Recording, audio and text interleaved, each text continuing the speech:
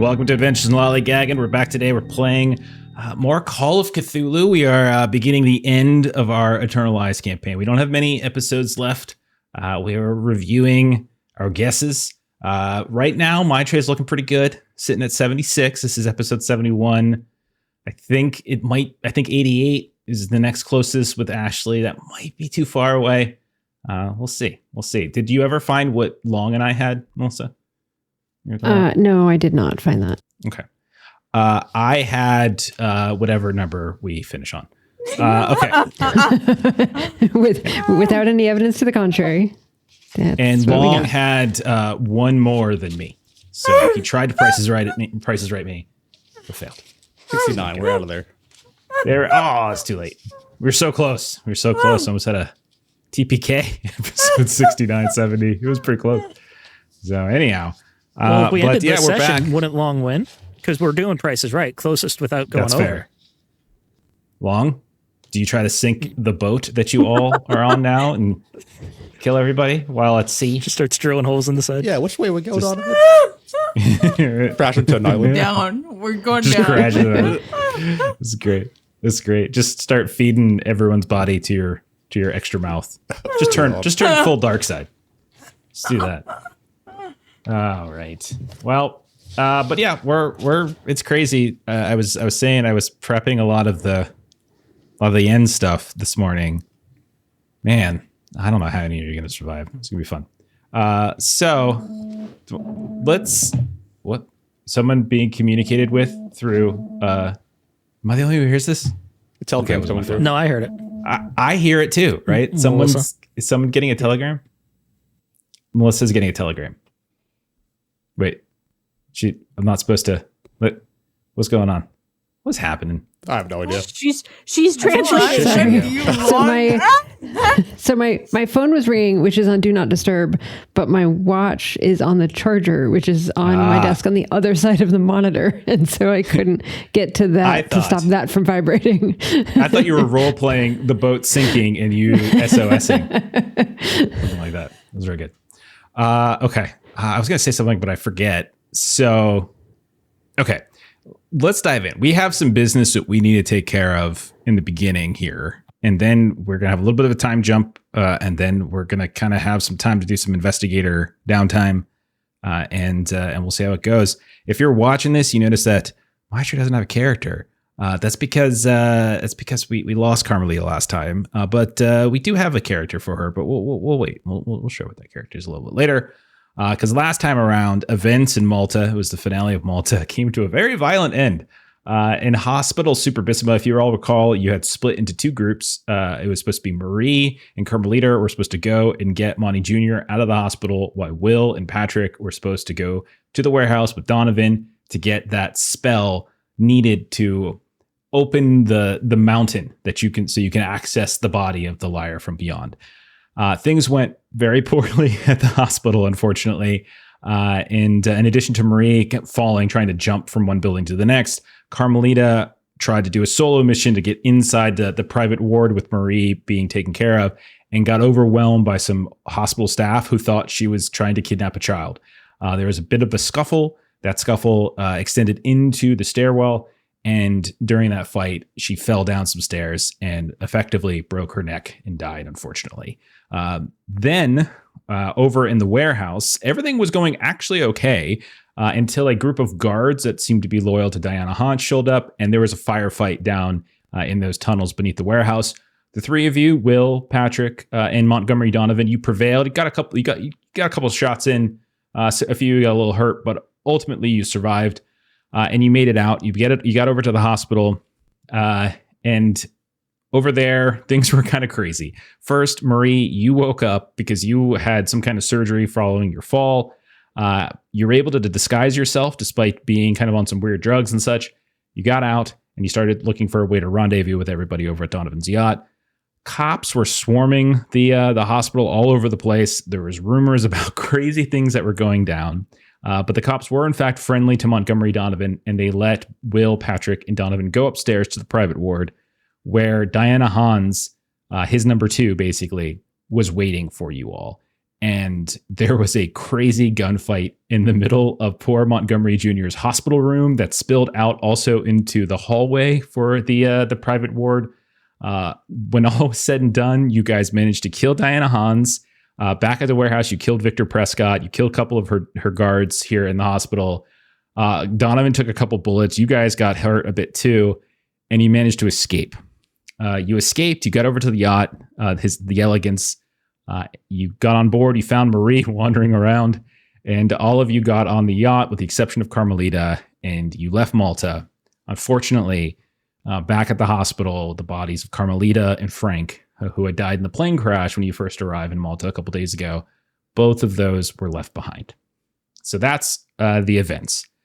So let's go through a couple bits of business before we start play proper. Let's talk about sanity rewards because at the end of different arcs, you get some sanity awards here and there.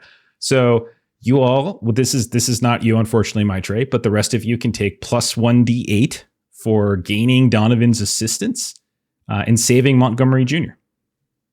So everyone can go ahead and roll d8 for that. Got a 5. 4. I'll live forever. That's a 6 for me. Fantastic. Goldie, you can do it. You were there. I don't mind you doing it. You were. We voted her MVP. At one point, we role played her like, what was it, Buffalo and a dude who opened the door? Yeah, like it was so great. It was really good.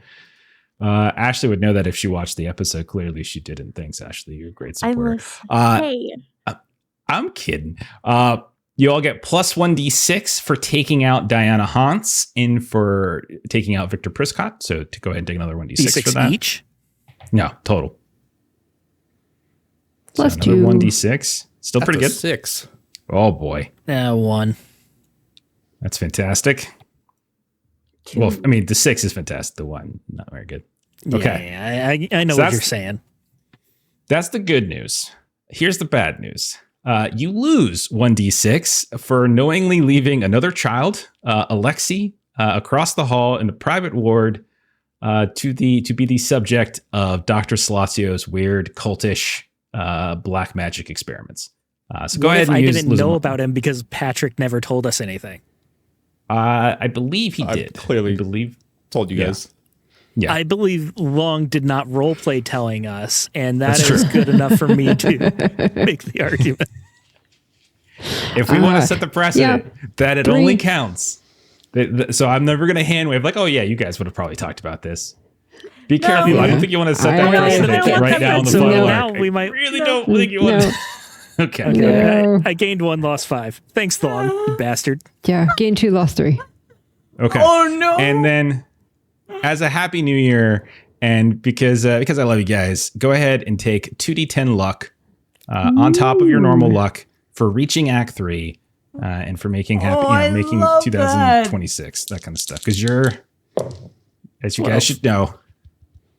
Oh my God! I just hit a double 10. What do you look at? Nice. Just rolled 20 extra luck. That's amazing. Okay. All right. This is also to My luck reflect the is fact so high. that you guys are going to be on a boat for a couple weeks as you travel through the Mediterranean, through the Suez Canal, around India, and eventually you're going to make it to Calcutta.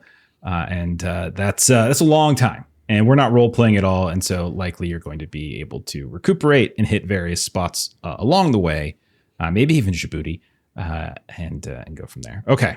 All right. Now, other things I want to remind you of. Will, you secretly grabbed a book from the office of Montgomery Donovan in the hidden tunnels beneath the warehouse. You never really got the ability to look at it during play. But over the course of the however many days and weeks that you're on the boat, you're able to see that it is a book called The Black Book of Alcephacus. I don't know if I pronounced that right, but that's how we're gonna go with it. Can I get a spelling on that? Also, and then focus with a PH instead of an F.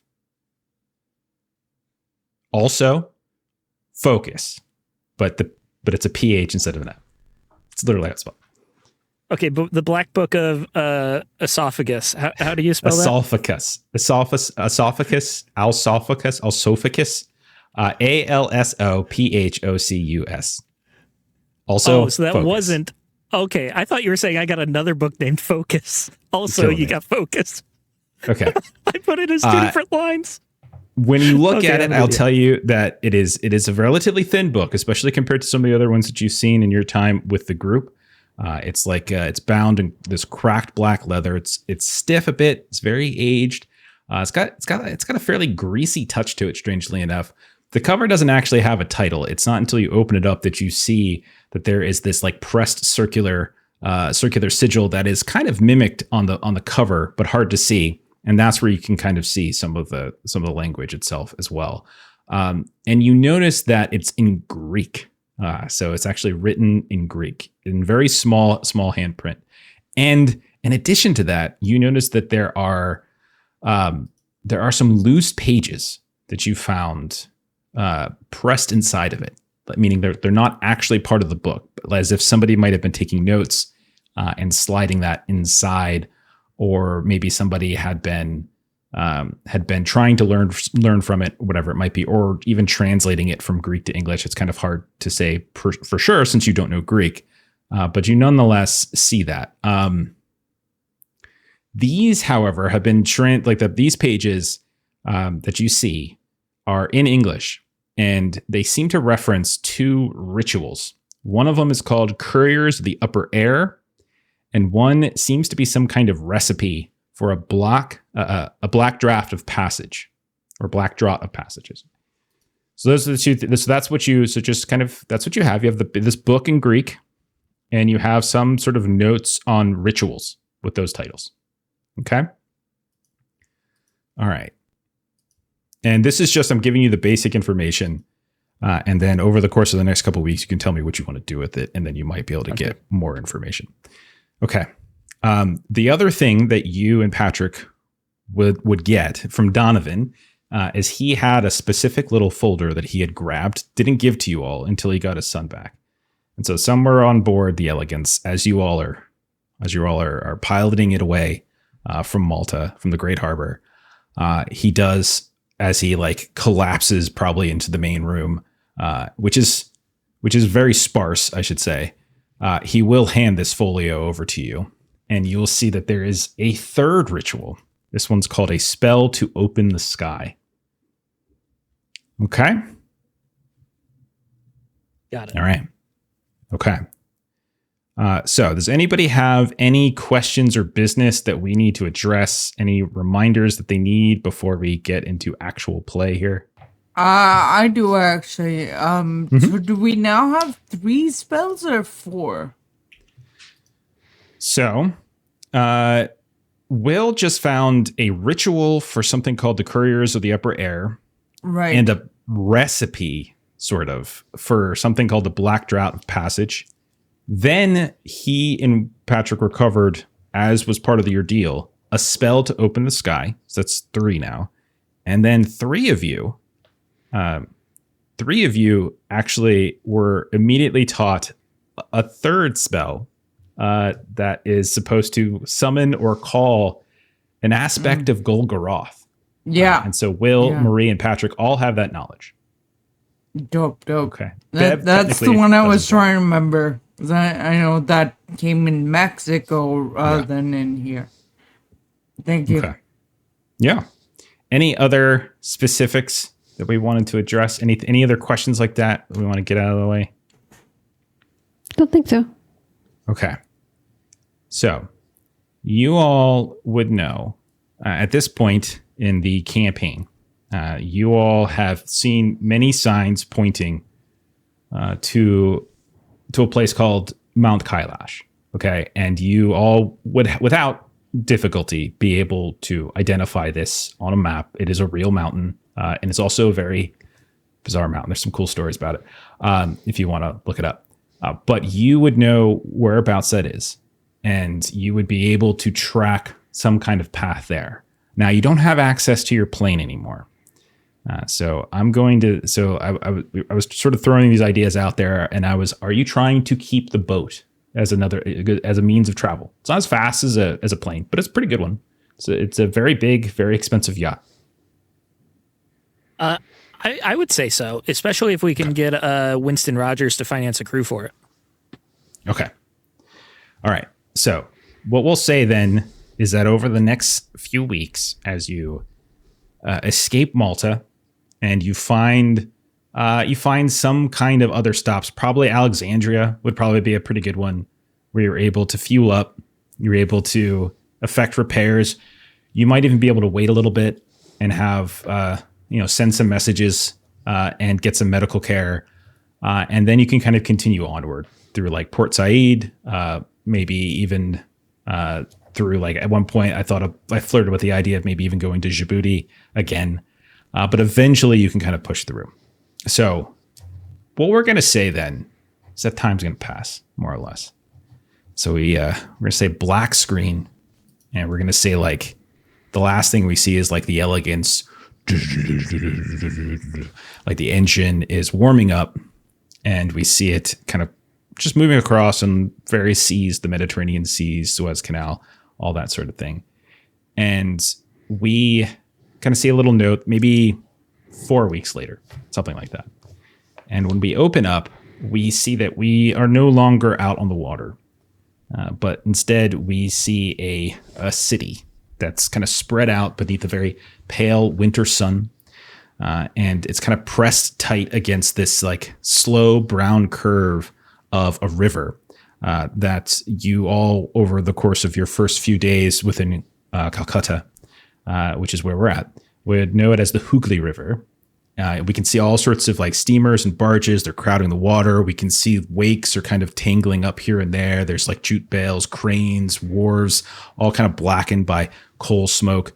To the north, we can see the city kind of gets even denser and denser the further away it gets from the water. There's like a maze of rooftops and tram lines, temples, even some college buildings and such. Southward, a little bit closer to the water, we see like these imperial avenues. They're kind of cut a bit more cleanly. We see government offices. We see clubs, manicured greens. We can see smoke is kind of hanging a little bit over the city as a whole. Some of that coming perhaps from factories and engines, and others from cooking fires and such. But it's all kind of got this relatively muted look at times, the way we're looking at it. And it's a very full city, very crowded. It's December 1938. We don't have to worry too specifically about the date. But we're going to say December 1938. And we are in Calcutta. And it is a place that is not just filled with a very, let me just put it this way. It is a place that is still has a very robust British presence. Let's just put it that way. And so it is a place, it's one of the reasons I was selecting it. 4 of you are English born, 4 of you are like American born. So for speaking. And so we what is that? You like to gamify colonization? Is that what I'm hearing? Okay. You're the one dressed like Indiana Jones. We have to do this every time. Apparently. All right, let's call it truce. Okay. Truce. Okay. Okay. So what I would like, so we're going to say some time has passed between the boat, between maybe a couple weeks here in Calcutta. We kind of zoom, as we kind of like scan out over the city a bit, just kind of pointing out a few landmarks. We'll say we put you in a hotel called the Great Eastern, which is a relatively popular hotel for dignitaries, for foreign diplomats, officials, things like that. And after touching base with Janet a few weeks past in Alexandria, we can say you could have gotten funds. Montgomery Donovan maybe got shepherded away at some point. So, and like part of the trade was you keeping the yacht. And we can kind of see this sort of beautiful kind of marble floors, ceiling fans, and the like. We also might focus once or a little bit over on another building elsewhere in the city that Goldie would be very interested in, called the Bengal Theosophical Society. There is a specific lodge here.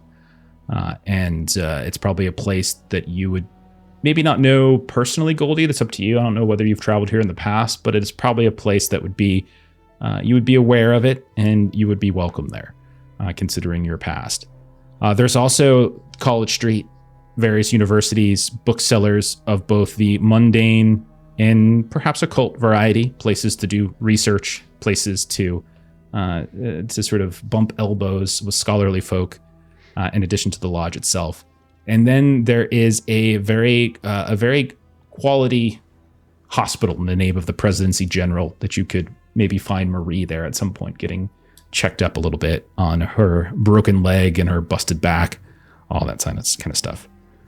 So what I'm going to do is I'm just going to turn to you all, and we're playing it fairly loosely here. I just kind of want to know a little bit of what you think your character has been focusing on over the past couple of weeks of boat travel, and then your arrival here in Calcutta. And if any of the things that you describe you're doing might require research rolls, checks, library use rolls, we can do that. And it also could just be pure role play. It's really sort of up to you. So I'm going to toss it to you, Will. What do you think you've been up to in the past 4, 5, 6 weeks or so? Yeah, on the boat ride, he would have tried to dig into the Black Book of Alsophocus, and he, not being able to get very far because it's in Greek, he would have just scanned over the interior notes in English, trying to put those pieces together, assuming that he wouldn't be able to get a ton without the context. He would put that aside and then focus on the Black Draft of Passage and really take a look at those ingredients and plan on picking up those ingredients when we get to Calcutta. Okay. So if you're looking not so much at the book itself, but at the folded pages that were slid in. Yeah. Give me a library use, or even just a intelligence rolls probably be fine. Yeah, library use is 20, intelligence is 50, so I think intelligence would be better there. 33, which is a regular success for intelligence. Okay. So you asked about the Black Drought of Passage, and it seems to be some kind, and it's almost sounds funny to say this, but it seems to be some kind of recipe for mead, for some kind of booze. It takes a while to brew, but not as long as you might expect. About a week it should take. The ingredients themselves are mostly mundane, so yeast, water, citrus rinds. There are 2 other ingredients that are called out. One of them is something called star jelly, and you can roll a survival test or a natural world test if you'd like to identify what that means. That is a 0-4 on natural world, extreme success. Ooh. Okay. Star jelly is basically a gelatinous substance that is sometimes found on grass or also sometimes on branches of trees. It is an actual substance. This is a real thing. You can Google it if you like. But it's like kind of translucent. It's kind of gelatin. It's got like different explanations exactly why like it appears. Some people describe it as like the remains of certain creatures like frogs and worms and things like that. Sometimes it's like fruiting bodies of like jelly fungi or slime molds. It is not necessarily something that's difficult to locate. It's more difficult than yeast and citrus, but it's not something bizarre and otherworldly. Although it does have its own sort of folkloric and mythos-like stories that are associated with it. So you would know what that is. And then the last ingredient, because it's mead, is some kind of honey. But I've seen the 13th Warrior. Yeah. But you do note that, or you do see that there is a note in this recipe, that kind of a little marginalia on the side, that seems to be theorizing what would nectar do instead of honey, nectar. And it's just a question mark. It doesn't seem like there's ever an answer to it.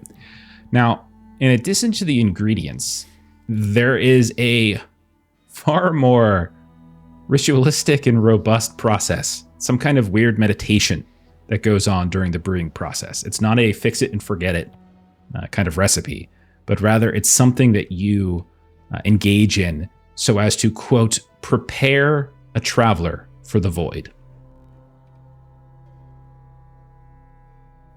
Okay, very interesting. All right. And sorry to backtrack it, but the recipe I found for this was in the interior notes for the Black Book. It was a folded up piece of paper. There were a couple pieces of paper that were folded up and slid into the pages of the Black Book of Also Focus. Okay, that's not how it's pronounced, but it sounds funny. Okay. Yeah. One of those had this recipe, and one of them, a couple other pages, was the one that addressed the couriers of the upper air. Now, the more you look at this, the more you study, it does look like the couriers of the upper air is translation, as if it's something somebody has pulled from the book. You're not as confident about that when it comes to the recipe, because the recipe seems to be intact. So either they finished the translation because it was in there, or this is just a place he put it. That answered my next question. Then I was going to ask, would I be able to see from formatting if it looked like that? But that's fine. It's all handwritten. Awesome. Everything, all these notes are handwritten. Nothing's printed. Nothing's professionally printed. All of it's handwritten. Yeah. Okay. If you are interested in the other one, since we're here, I have my notes up. I can tell you absolutely generally what it seems to describe. You're not sure if it's in full. You're not sure if the translation is in full until you get somebody who can speak Greek to confirm it for you. You might not ever be sure, but it's called Couriers of the Upper Air, and it seems to involve it's some kind of ritual that involves the use of a whistle, and it's timed specifically to nights when Aldebaran, which is a bright red giant star. I'm not going to make you roll astronomy because I know you don't have it. In the constellation Taurus, okay, when it's above the horizon, and if the ritual is performed and the whistle is timed appropriately, apparently it will call something down from the sky or from the upper air specifically. And it continually refers to a steed of some kind. And then and this is where you think somebody was interrupted with their translation, because it seems that there's like a second sub-step or a sub-ritual hastily written, and it's something about compelling the steed or bringing the steed to heel, something about psychic transference, but it doesn't properly walk you through the steps. We all know you can summon demons without needing to control them, so I don't think that part's necessary. Okay. Fantastic. Marie, I'm going to turn to you, and you'll have more time, Stephen, by the way, so you can think of other things to do. We can say this is just what you focused on during the boat ride, and then there's more you can do once we get to Calcutta. Marie, what do you think you've been doing? Give me one or two things that you think you've been doing over the long journey and your time, the early days. What do you think? So I would say that, Marie has a broken leg. So she is definitely kind of, especially during this era, that's just a lot of convalescence, essentially is, kind of the plan for that. So I would say that once Donovan kind of hands over this ritual, that would be the thing that she would be focusing on, because there's nothing that she can kind of train to do or anything like that. And so she's going to be reading and studying that. Okay. And you're specifically talking about the one that you were trading with, the spell to open the sky, not the extra things that Will and Patrick. Correct. Okay. Correct. Give me a library use test. This is it's a very thin folder or like a folio, not many pages to it, but it's not just a simple like singular page. So there's a little bit to it. It is written in English though, so it does seem like it's easy enough to read. But this is just more. How does Marie do? Marie rolls a 77 over 24. Okay, so what I'm going to say is that you can read through it, and maybe at some point in the future, in the next couple of days, or maybe for the next round of this, you can try again, and over time you'll become more and more comfortable. But what I would say is like you can kind of get the gist of what you're supposed to do, but maybe there's not a lot of confidence because there's a significant amount of words that you have to speak during some kind of process, and then your pronunciation of them is unclear because they aren't English. They seem to be in a language that maybe you're unfamiliar with.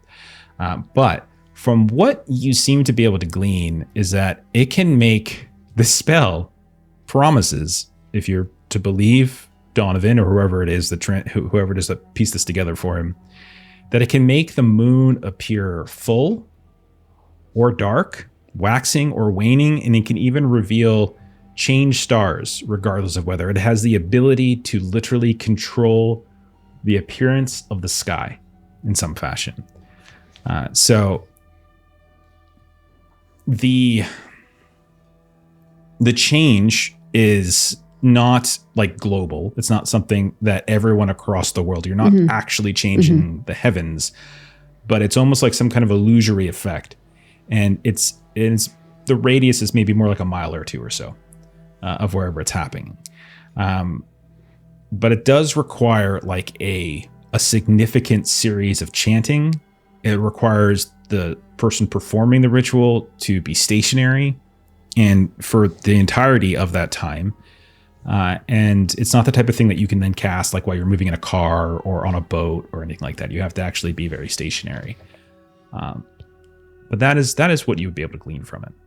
So I'd say that you see Marie and she's sort of like in bed, but she's sort of asked for sort of a hand mirror, and she's doing, almost like vocal exercises that she would do before she's, kind of about to like sing a set or something. And you kind of just see her like with this mirror trying to like move her mouth and kind of get the words to sound. She doesn't know if they're right or wrong, but she's like assuming that it's wrong. And so she's kind of trying every different sort of like pronunciation for these things and just sort of like practicing and just sort of doing that like singer actor sort of like overemphasis of the mouth movements. And all of that is just what you see her doing kind of laid up in bed. Nice. Okay. And there are plenty of, if you're doing this on the boat, there's plenty of places to sleep. It's just, it certainly looked like the yacht itself had been kind of stripped of any signs that it was in regular use, meaning like no one's been living on here for some time. But you definitely saw that there's a main cabin that likely was Donovan's and Portia's. A lot of stuff has been taken from there. There's a couple smaller separate cabins, and there was one that had a collection of like little adventure books that you assume is probably Monty Jr.'s, and maybe even those he takes with him when they like disembark eventually to hide from the cultists that are no doubt going to try to hunt him down. So you can find a place to sleep on here. All right. Perfect. Thank you. Patrick, is there anything that you think you would have been doing, immediately in the early days in the travel time from Malta to Alexandria to the Suez to Calcutta? Yes, I would have focused on our multiple injuries everyone sustained, the bite wounds, Marie's broken leg, gunshot wounds, Donovan. Just really making sure those are taken care of, like addressing wounds, sewing up in major openings, and even speaking with Donovan, getting a bit more information out of him, like if he was involved with Echeverria or he knew of him, what he thought of him, what he kind of thinks of the other gang leaders like Trammell, Jonathan Brooks, sort of thing. Okay, give me a social test. Anyone will do. It could be charm, it could be persuasion, whatever you prefer. And I'll say you can take it with a bonus die because you did in fact help rescue his son. I'll go with persuasion.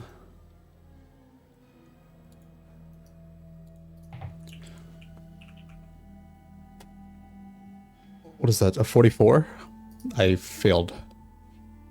You failed. Are you sitting with luck? 44 luck. What do you need to spend? 14. It's up to you. I'll sit with it. Okay. He is very hurt himself. He took at least 3 shots. At least 3 bullets. And so at some point you all had to probably do like emergency removal of those from him. And then maybe when you do make port in Alexandria as like your first major stop, maybe he spends time in the hospital, and maybe that's when you all agree to go separate ways. Maybe even contacts from the Winston Pharmaceutical Company might even arrive to handle some of that planning. So he's a little groggy at times, grumpy at times, concerned about his son, and he's probably very much to the point where he has given you what he promised. The agreement was he was going to give you the spell, you were going to get his son out. So he's probably not overly overly willing to share some things, but what I'll say is that he was more in tune with Samson Trammell, Jonathan Brooks. Those were kind of his two more primary parts, because Trammell recruited him into the cult over 10 years ago. And he was part of Samson Trammell's inner circle, but he was not part of Echeveria's. And you would know that with 1926, that is after the death of Echeveria, the craziness that went down on the California farm where they attempted to summon something and all hell broke loose, right? You know that, and he would kind of tell you stories about Jonathan Brooks and how the two of them, they were somewhat friendly at one point. It seems like they came into the cult at a similar time. And then they kind of had a friendly rivalry when he was sent to Mexico City and then Donovan was sent to Malta. The rivalry being over the production of nectar, all under the auspice of Samson Trammell, right? So there was definitely like a friendly rivalry there. Now, Savitri, he knew of, but didn't know well. He describes her as old guard, like was before his time.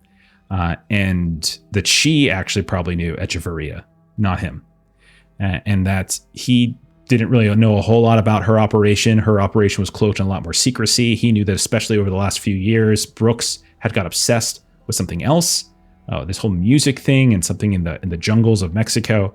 And he got obsessed with trying to understand just who the liar from beyond was and how Brooks was convinced that not just Echeveria, but then Trammell was lying to him. There was lies on top of lies on top of lies. Whereas honestly, Donovan just did his job and didn't really kind of get as heavily invested in that type of mythology.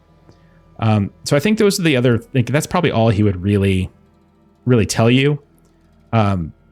And I think, just to reiterate here, because I think he's already said this to you, but the thing with 1,000 mouths,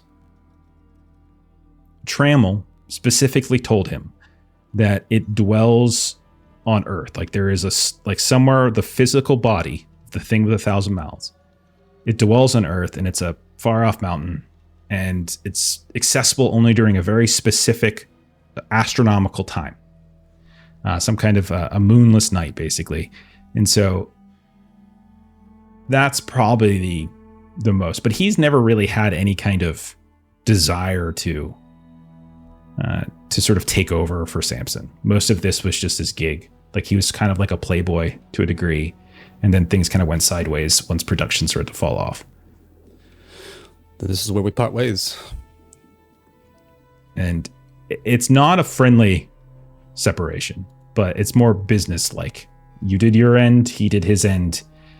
So he and Montgomery Jr. will linger probably behind in Alexandria. You'll see maybe a handful of those Winston Pharmaceutical companies maybe have like this little scene inside of a hospital somewhere. And we see reps, we see bodyguards sent by some of Janet Winston Rogers' contacts. And then you get the keys for the Elegance. Okay.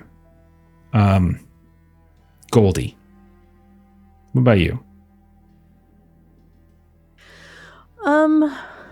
So they've already covered basically the 3 books. So there's nothing really left to read. Perhaps you are more than welcome to roleplay or talk about something on the. We're being very loose with time. Okay. Just don't feel as if you're required to come up with something for the boat. You could very easily say, just jump right to the city. That's totally fine. Yeah, then I think as soon as she gets to the city, she's going to the conclave. It's almost she's bereft without her book, and so that's her goal, is to get that as soon as possible. Okay, so you head over to the lodge. You would know obviously that there is a great deal of activity in the society within India and various other Eastern countries. You would know that that the movement is strong here. Obviously, being a follower of it yourself, you understand the kind of blending of like Western, like esotericism and like Eastern philosophy is sort of a core principle of theosophy. You would know that a lodge, you probably had one similar to this, maybe smaller, however, in Marseille.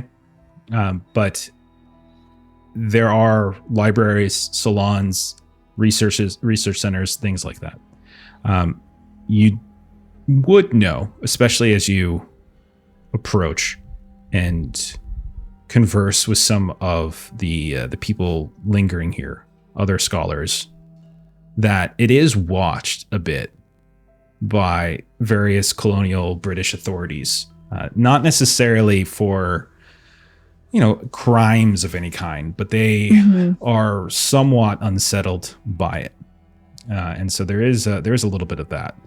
Now, inside itself, it is a like kind of an older building itself, and inside there is like the smell and the almost like the wall staining of like incense. You can certainly see that permeating throughout the entirety of the place. You can see woven mats here and there on the ground, places where people kind of sit, meditate. Bookcases all throughout this multi-tiered building. So probably two floors, 2 stories, and then maybe some kind of like attic storage. And you are introduced to 2 people. Okay, I can do this one. This one's difficult. I can do it. No, I can't. So the easy one is a woman by the name of Sophia Wadia. Go ahead and give me some kind of like intelligence chest, or intelligence, probably good. Okay. Yeah, you can give me that. Yeah. And while you do that, I'm going to practice. Kurapu. Mulage. Oh no. Kurapu. I'm dumb as rocks. 93 over 60. Okay. Unfamiliar with the name. My education's better. You had to pick one or the other. You can. Never mind. Go ahead and roll it. It's too late. It's too late. Roll again. It's fine. I don't mind.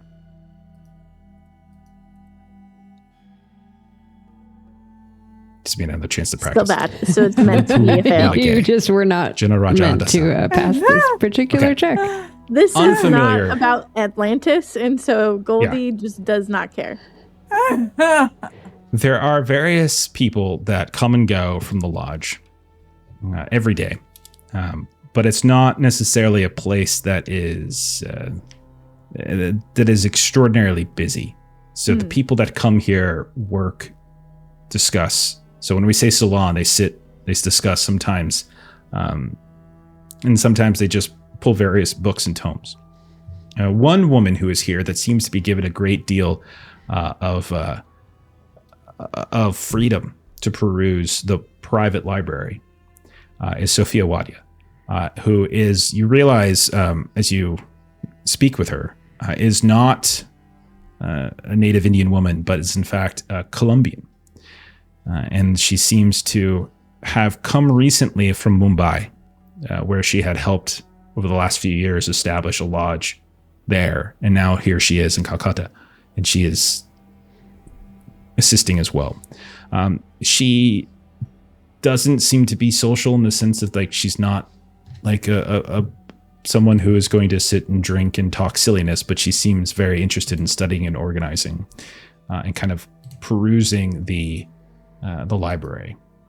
The other person, and this is a man in his mid-60s, Sri Lankan, actually. And he, very soft speaker, but with precision. And both of them speak flawless English. He has like a weird smile every now and then.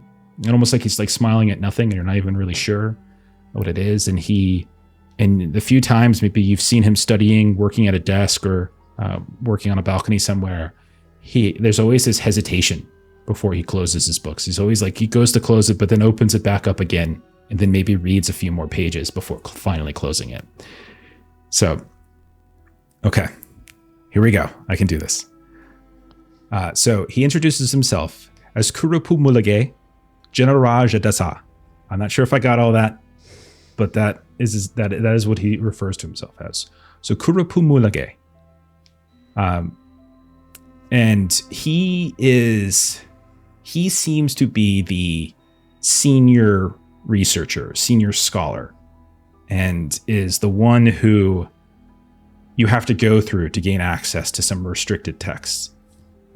You have as a card-carrying member, so to speak, of the society, you are able to gain entrance and gain access to their open library. But there are very restricted texts that could, in the wrong hands, be used for things that would shed a very bad light on the society themselves. And especially with, as you've noticed, the increased attention that they've seemed to have gotten from various colonial British authorities. Like, they're very careful about this, and they're also extraordinarily careful about any text leaving the grounds, especially texts of any kind of occult or mythical nature. So these are the people that you are seeing most frequently, and within the actual lodge itself. So, what do you think Goldie would be doing here? I think to start, she would just be perusing things that are similar to her book, which was the book of Dizan, that she had lost. Dizan, I think. Dizan. Yeah. When it crashed, when the ship or airplane crashed. And then after that, I think she would try and actually focus on like our mission and what's coming next, and start looking into information about Mount Kailash. Okay, so give me a libraries test to do that. Do some research into Mount Kailash. Trying to remember what book I gave you. I think I gave you Dizan, right? Yes. Did I delete it? Oh no, I hope I didn't. I have it on my thing. Am I spelling it wrong? What am I doing? It's DZYA. Oh, DZ. Yeah, that's why. I'm a dummy. No, you're not. Okay. You're a dummy. Okay, so how did you do on your libraries? Regular success. Okay. Yes, the book of Zion is absolutely available here. It is a core text tome for the society. Mm-hmm. And so there are a couple copies of it. Again, none are allowed. These are lodge copies effectively, right? And so they're not allowed to be removed, but yes, absolutely. Okay. So you mentioned Atlantis before, but I'm not sure if we described this book. But the book is said to be a translation of manuscripts from that were original to Atlantis, to the nation, the land of Atlantis, and that there are all sorts of references and such to it. You also know that there is very archaic verse, heavy with like Sanskrit terminology. Yep. And there are all sorts of passages that are marked with symbols and annotations. The the books, the copies in here are extraordinarily well kept for. Like, you can definitely tell that there's no one who has been dog-earing pages or marginating in the in these books. Everyone who takes notes of some kind has to do it on the other side or on their own paper. Okay. So you wanted to read a little bit into that, you said? Yeah, because I think we established, like, even though I had the book, I haven't done the initial reading. I think you've done the initial reading. I just don't think you've done the... Oh, like a deep... Done the full read, the deep read, because we gave you some points, I think. Right? Pretty sure. Okay. Go ahead and... You rolled a success in your library use? Yeah. Right? Yeah. All right, we I could just use spend luck for a hard. Nah, it's okay. Okay. Required a tone. You've done the initial skim. So you're now trying to basically pour over as kind of doing a full study of it. What's your education? 70. Give me an education test. We have our own little kind of sort of homebrewy rule to speed some of this up in a way that seems fair and reasonable. 15, hard success. I can spend 1 to make it extreme. Okay, so normally the full read, the final read, would take 14 weeks, which obviously you wouldn't be able to do in this entire time. Give me a D10 roll. Okay. 4. Okay, so we'll say we've credited you previously. I just spilled all my dice. We'll credit you with having read 4 weeks, or like put 4 weeks into sort of like full study back when you were in Marseille, but you never quite finished your full study. Okay. So now we'll do some more. Now with your... I would like to spend the 1 for the extreme, yeah. Okay, so for us, what that basically means is that you can reduce the study time by 60%. Which means if you wanted to, there is enough time where you could have just been spending the weeks here when you first arrive in India to finish your full and complete read of this. You absolutely could. Yeah, I think it might not be the most responsible thing that Goldie does, but I think it's definitely something she would do. Okay. Excellent. So you are going to, all right, you're going to get a few things here. You're going to gain 6 in your Cthulhu mythos and reduce your sanity by 6 as well. Mm-hmm. But in the process, you're also going, oh my God, you're also going to lose 6 sanity points, Goldie. In the process of reading it. I did tell Melissa I'm here to lose some sand. Okay. All right. What do you think? I'll let you can throw some ideas out here. What do you think it is that unsettles Goldie as she digs deeper and deeper and deeper into this book? It does reference just like cosmic entities. And so I think maybe it's that, with also just the fact that we have these other spells that people are looking into about dealing, just the concept of anything sort of beyond us. Like, sure, she can see ghosts sometimes, but that's still here on Earth and seems like it's still part of us. But just the fact that there are potentially gods and that it's documented here in this ancient text, and there have always been these gods, and how can she understand even a fraction of their knowledge?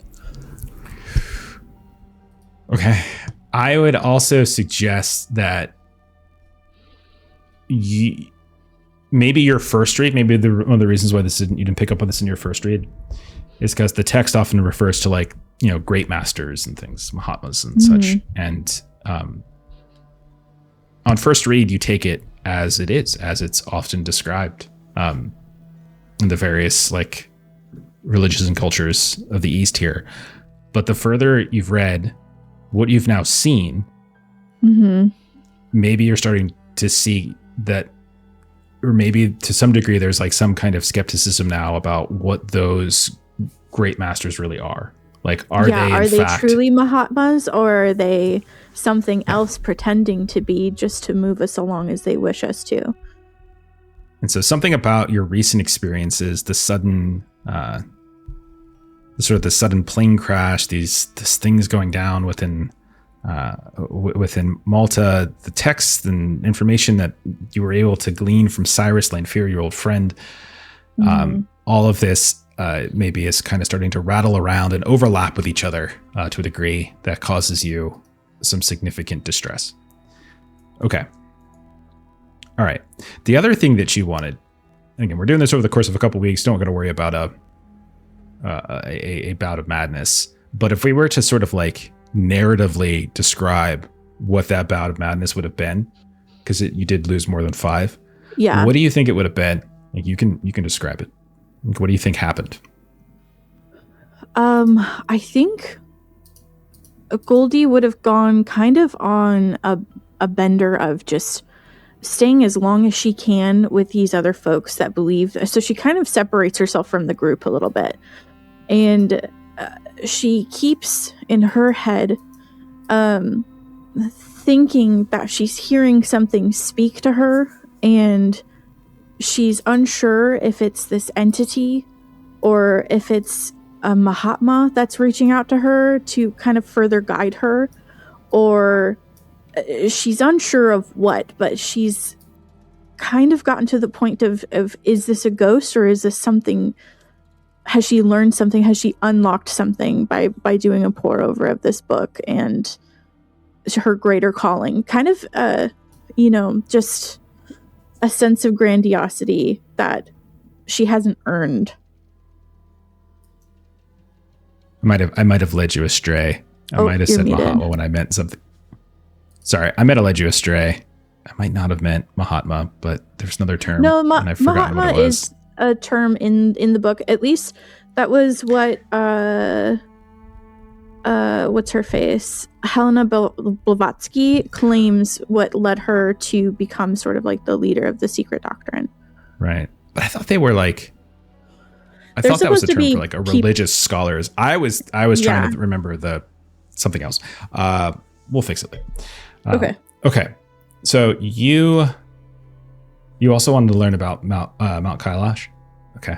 Yes. And then did I learn anything from the book? Because that's a later thing. Mythos. You got mythos skill, remember? You got your 6 in Cthulhu mythos. Nice. Okay. Couple nuggets. If you start researching about Mount Kailash, okay.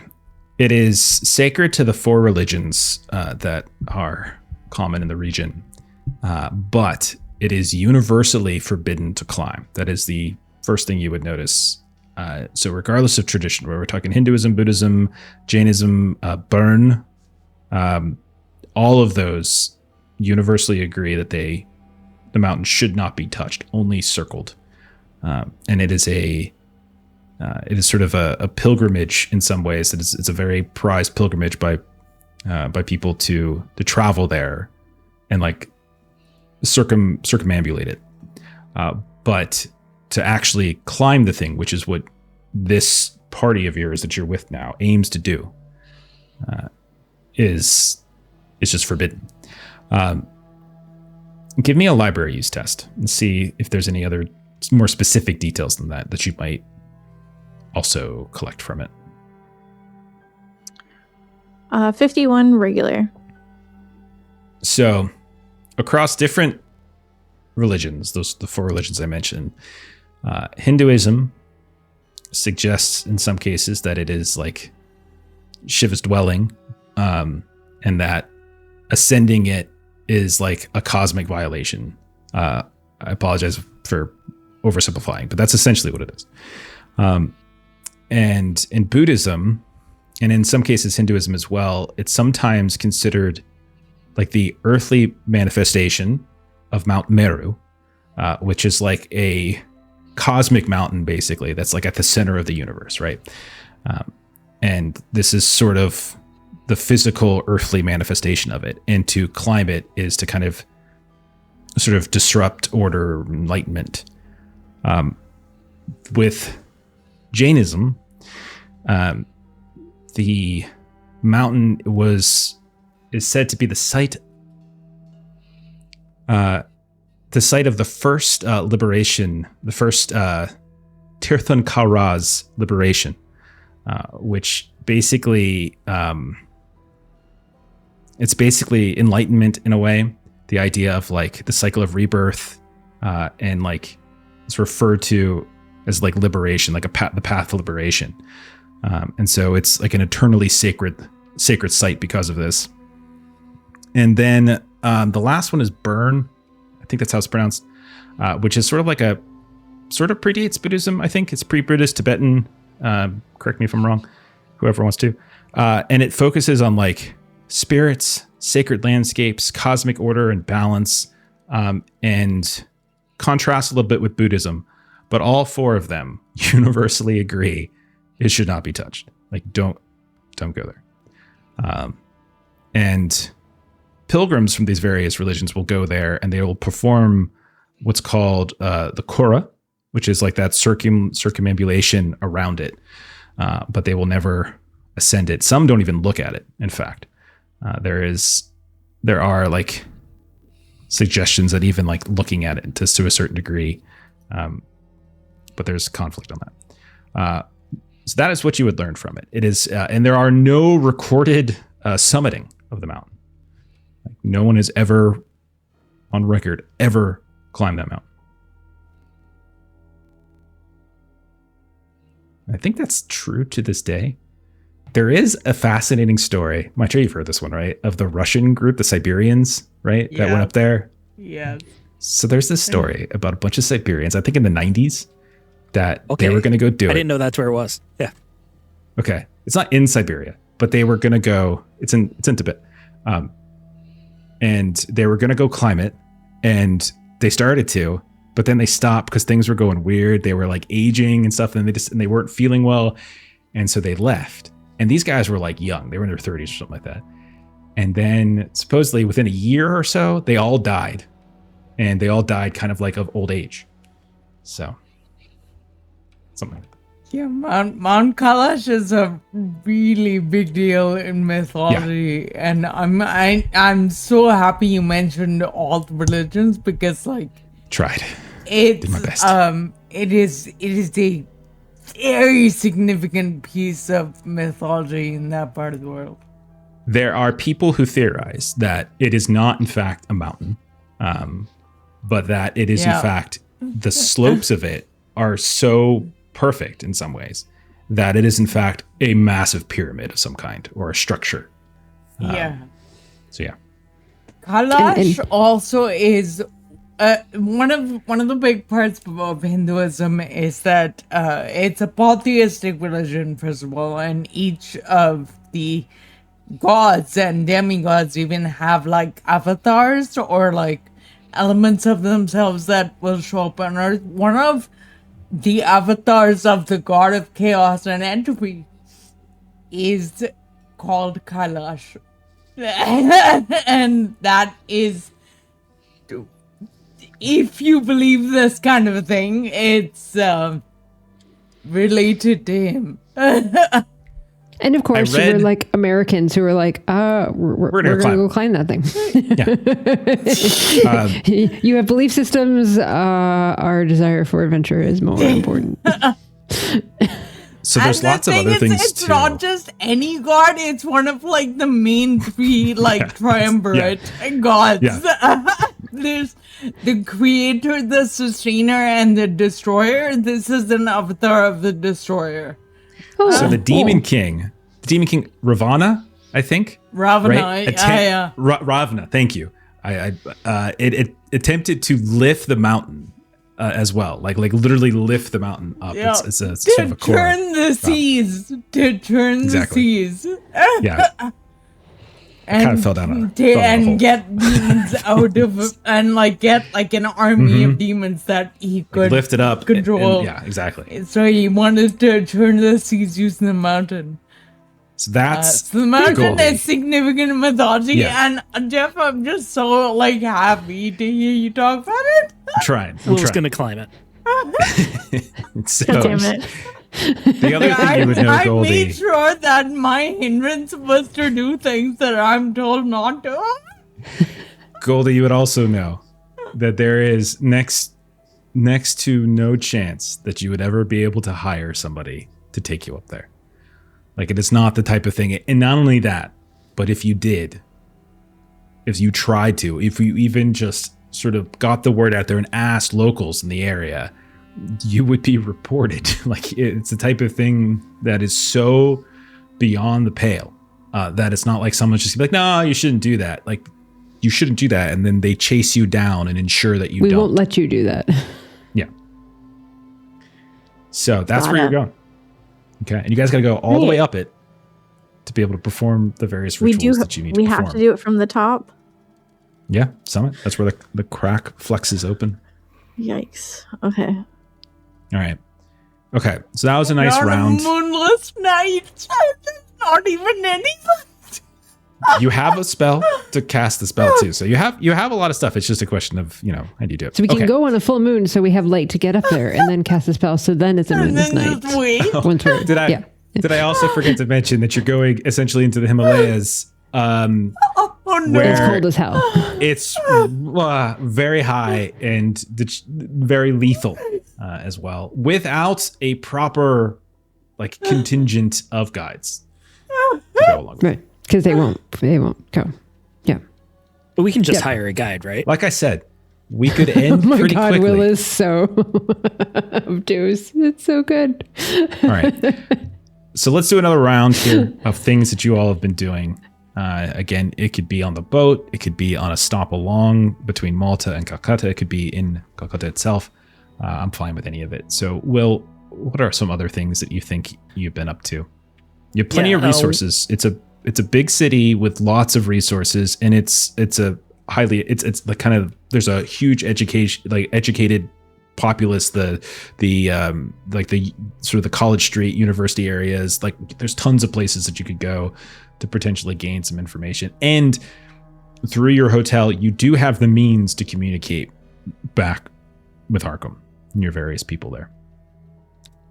So I do want to try and find a Greek translator in one of those educational districts and try to see if the Couriers of the Upper Air ritual is completely translated. I know there was a substep that seemed like it may not have been, and then see if I can decipher a little bit more of what it's meant to do.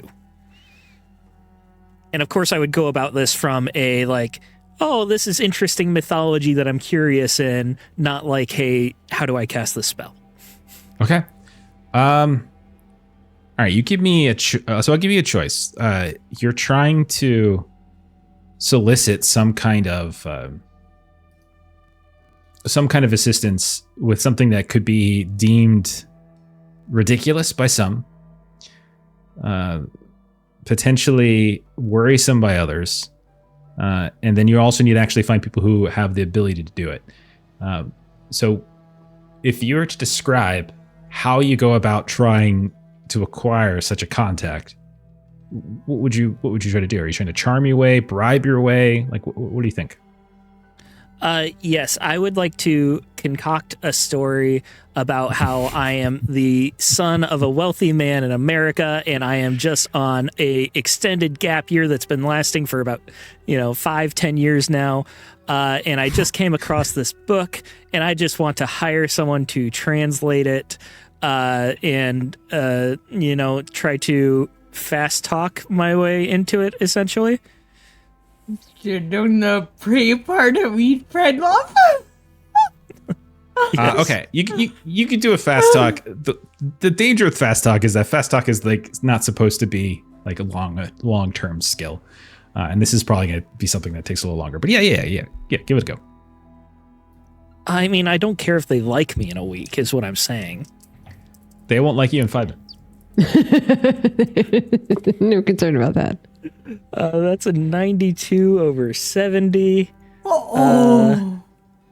Push. I would like to push, yes. So I think in this case, I would dig deep into whatever coffers Winston Rogers has provided for us to try and use a bit more money to smooth things over, because my story is not as perfect as I'm saying it is. There we go. That's a 32 under 70, which is a hard success. Nice. All right. So while you are kind of perusing the college street booksellers and things, right? And you're looking at some booksellers that are just selling pretty mundane works, and others are rarer texts and such. You find a bookstore run by a man probably in his 40s or so, Orindam Dasgupta, and he is kind of buried in his own product, his own books, his own collection. When you come into his small but almost claustrophobic shop, you can smell. You can kind of like sort of smell the scent of aged books that seems to be battling with a kind of dwindling incense stick in the corner that hasn't been refreshed in some time. And he doesn't even immediately respond to you when you walk in, but eventually he looks up and his hair is a little disheveled, and you can see on the temples especially that there's a flicker of gray in his otherwise black hair. And you present to him this need to translate something. And what's the story you give him again? It's fiction? Yes, I am Thomas Ford III, and I am taking a gap year from. I go to Yale, and I'm in between my second and third year, and it's been 5 years of my gap year, and I bought this book from a random seller on the street, and it had some interesting notes, and I just wanted to understand this specific section, that it looks like there's some sort of fun ritual, and like every college kid likes to dabble with this sort of like fun mythology, and I'm just curious what it means. Okay. Give me, like, you've already convinced him to do the work, and that's fine. Give me a library use test, and you can take a bonus die to it because you're effectively getting him to do a lot of the translation for you. Library use is 20. With the bonus die, that's a 6. So thank you for that. That is a hard success. Okay. So with your presentation of funds and the promise of funds, this man gets to work. Every time you come to see him, and you probably come and see him daily over the course of a few weeks, and whenever you show up with the book, he will put down whatever he's doing, and he will get up and he will lock the door and kind of pulls down like a little shutter and ensure that the two of you are not interrupted and that no one comes in. And he initially might believe whatever it is that whatever BS story that you present to him. But over the course of a couple weeks, as you continue to read through some of the translations that he is coming up with, you can tell that more and more he is becoming less and less convinced of your tale. It doesn't seem to slow him down, though. It doesn't seem like he has any desire to not do this translation, to not do the reading and the studying. He does seem to have his own interest. You passed, right? Yes, with a hard success. Okay. So he describes, as he starts reading through it, a book that is dense, despite how thin it is. It's extraordinarily dense. So you can see that there's text, very, very small symbols, often Greek. Occasionally he mentions Latin. But you can also see that many of those blocks of text are also interrupted by like these very precise diagrams, like circular diagrams, star charts, geometric figures here and there. All of them drawn surprisingly with a steady hand. And when you look at them now, and he is himself trying to interpret it, you see he's pulled like various books of mathematics and astronomy off his own shelves to try to contextualize exactly whatever it is he's reading. It's not like, you can tell that this book that you've been reading, it wasn't like printed. Like these were drawn. Like someone drew this. And he mentions many warnings, dates, things like that he brushes past. He doesn't seem, he moves through it with a glee that he doesn't really seem to ever deter him. But it references all sorts of things. There's like various rituals, something that corresponds with the sky. There's this series of like iterations that somebody attempted, trial and error. There's references to things like the wind speed, hours, planetary positions that are recurring here. And then there's other places where like there's references to knife and ritual use. So you see a lot of this is what he seems to be talking about. Now, you asked about that one Couriers of the Upper Air. Yes. Okay. That requires a whistle on Knights of Aldebaran. Okay. So he suggests that Upper Air is an odd translation. It is not atmospheric. It's not clouds. He thinks it's astral.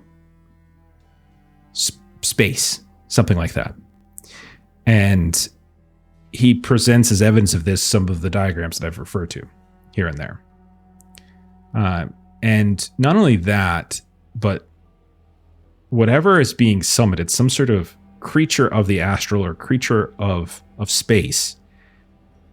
It seems the intention is for somebody to ride it back up into the heavens of some kind. Like someone could ride that creature. He is more concerned because the translation specifically of steed is very loose. It definitely does seem to be something that's supposed to be ridden, but exactly what that creature is very unclear. And at one point he says, and he writes it out based upon like this orientation of symbols and numbers, Bayaki? Bayake? Bayiki? He doesn't know what that means. And neither do Would it be possible to control the destination through this ritual? And he would explain that if one is capable of binding a creature, much as someone might break a horse or camel, yes. And that very specific section that seemed like it might have been poorly translated, does he have a better translation for it? He does. About bringing a steed to heal? He does. Will's gonna ride a motherfucking Biaki. Yes, he does. So you, you can certainly attempt it if you like. Yeah, I'm just going to take copious notes and say that my father, Thomas Ford II, would love to give him a good reference. And it's been a pleasure talking with him. And he'll thank you. He'll ask if he could buy the book off of you so that he can do a fuller study of it. Oh, how much? How much? He kind of looks around and he sees like this wad of coins and cash maybe, that you have given him, and he just slides it back to you. You know what? This is something that I would be happy to negotiate in a couple weeks before I leave Kolkata. No, look up. Where are you going? Oh, I'm here with some college buddies, and we're just going to be partying a little bit. And I would just like to, show off the book, this great find that I have. But before I go, I like to pack light, and it'll be too much luggage. Books are so heavy. I'd be happy to sell it before I go. Mr. Ford, we have worked weeks together now. I come to understand that you are a man who appreciates his privacy. I have no wish to invade it. But let us be honest with one another. You are not here for the universities.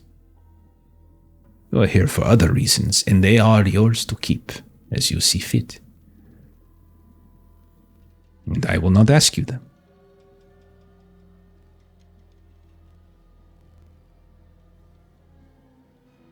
I may have taken a bit of an extended break from my studies, but I do plan on getting back to them. I wasn't lying about my intentions, but I am honest that I would be happy to negotiate a sale price for the book before I leave the city. Unfortunately, I do have a friend that would also like to read it first. Oh, I see. Well, I hope that you give me the opportunity to counter any offer that you are given elsewhere. How about this? And Will grabs a piece of scrap paper and writes a right of first refusal or whatever, like a sales contract, and just grabs slides that paper forward and a small little bit of the money that he paid back, and sees if he'd be willing to take a little bit of cash back. He reaches his hand out to grab the paper, but he also kind of grabs your wrist a little bit, and he says, Mr. Ford, there is more in this text. We have barely scratched the surface. You must trust me, for this is my business.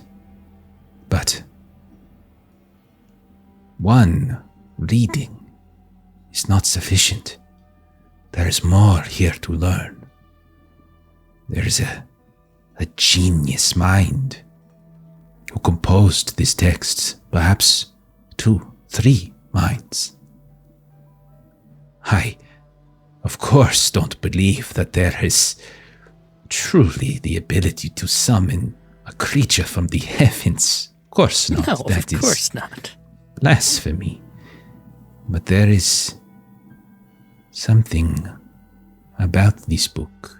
And he just kind of holds onto your hand and stares at the book. I must know more of it. I have had similar feelings about similar books, maybe because I didn't read this one as closely. You ever heard of the Revelations of Glaaki? Roll a luck test. My luck is 25. Oh my gosh, that just... Even with the extra I gave you? Not the big guns. I started the session with 1, so with the extra in my regular recovery, I rolled a 50, so that's a fail. Okay. And he says, I have heard its name, but I have never seen its pages. It had a similar pull for me as this one seems to have for you. I seem to have come across quite a few rare books in my gap year studies. But perhaps after we negotiate a sale on this book in a few weeks, we could do business again with other books. Of course. Yes. And if there is something that I could help locate for you, I do have contacts. I think we're going to be fast friends for a long time. good. And he like lets your hand go. As you're walking out, it's darker than you expected it to be. Like, it shouldn't be this dark. Like, you don't think you were in there all day. Got there in the morning, come out, almost feels like it's nighttime. And you hear the whoosh, whoosh, whoosh of these like swirls and whirls of wind. And almost the sounds of like movement above. And you look around and you realize the street that you're on looks very unfamiliar, because you do not see buildings that you have become familiar with on College Street at this point. Various shops and curios and places of that order. You also don't see anyone on the street, which even at night is peculiar. But you look up into the sky and you just see the swirling, deep cosmos. A nebula that you probably cannot recognize seems far too close. The moon doesn't look as you remember it. And you see something just sort of like streaking across it. And then, watch it! Watch where you're going! And you just get almost knocked over as you stand staring up in the middle of the street, as it looks like someone is trying to, like, maybe like with a rickshaw, to kind of push past you of some kind, and you find yourself lost in this daze. And it is afternoon, and Will, go ahead, take 8 points of sanity loss. 8 points. Sorry, I'm crediting you with having read that. That's more than 5. Ouch. I mean, to be fair, I read it by proxy. Do I get to have the points? No. If it makes you feel any better, I also am going to reduce his sanity by the same number. There you go. I just did. Yay. I don't think he's comforted by that. Okay. Yay. Just a hunch. Marie, Mental trauma. what else have you been attempting? Do I have a mental break, or are we counting it because it was over days? You can describe it. It's not like we're not doing in any sort of structured time. Yeah. So you can just describe what you think might have happened from your bout of madness. I try to tee it up a little bit, but you can do something more with it if you like. Marie, I'm turn to you. What else have you been up to? I would say that Marie would kind of find somewhere, and this may be kind of like once we've landed kind of in the city, somewhere that's a little more kind of quiet. Maybe it's kind of near water or something. And essentially what she's doing mechanically is a little bit of self-help, but she's basically kind of singing to herself. She has drank quite a bit of wine, as is her vice, and she's sort of running through some songs, and she's just sort of fudging lyrics a bit for just sort of reviewing everyone that's been lost. So with Pastor Wood, with Carmelita, with Frank Kearns, and like all of the various people that have sort of come and gone in this time. So it's definitely sort of a drowning her sorrows kind of scene where she's just, kind of taking stock of the cost of, kind of everything that's gone on over the course of the last several months, including feline companions that are no longer by her side. Multiple. Are you actually looking to do? You're not indefinitely insane, are you? No, it's just a little kind of sanity regain, essentially. Kind of just taking stock of things. Okay. If you are interested, I think Park Street. I don't know if that's how accurate some of this is. It's hard sometimes with like 1930s versus present, but there are plenty of like clubs and things like that. Both those that cater more to Europeans, but also to like elite Indian folk living in the area. There's definitely music. It's a different kind. Like it's certainly a different vibe of music than you're probably familiar to. But you would probably be seen as something of a, well, honestly, quite interesting. Like the music that you might present would be significantly different. So there is that option for you if you wanted to. Okay. So is there anything else that you were looking to do? You were just looking to just sort of personally reflect? Is there any I would say that's one thing that she would specific stuff that you were looking to do. And then I would say specific to, she was kind of trying to study the spell. So I would say, kind of once they kind of get on solid ground and she's kind of reviewing all of that, then I think she'll kind of refocus because there were some words that she didn't quite understand. Mm-hmm. So she would kind of try to see what she could do to kind of fill in those gaps. Okay. Yeah. Go ahead and you can give me another test. Okay. I'll say since you've done it once before, you can have a bonus die for the second time. Sweet. Yeah. Question. Yo. Do we know who's going to be casting Invocation of the Inhabitant then to summon Golgoroth? Only 3 people know it. Yeah. It's unfortunately not a spell that you would be able to learn. Well, they would need to have to transcribe it and teach it to you. Then you would have to learn it. But that would be now learning it third hand. The 3 of them have it ingrained into their consciousness because Golgoroth was inside their brains, rewiring things and places it there. So one of the 3 of them would have to be. How'd you do? This is like, yeah. Yeah. I spells rolled and things.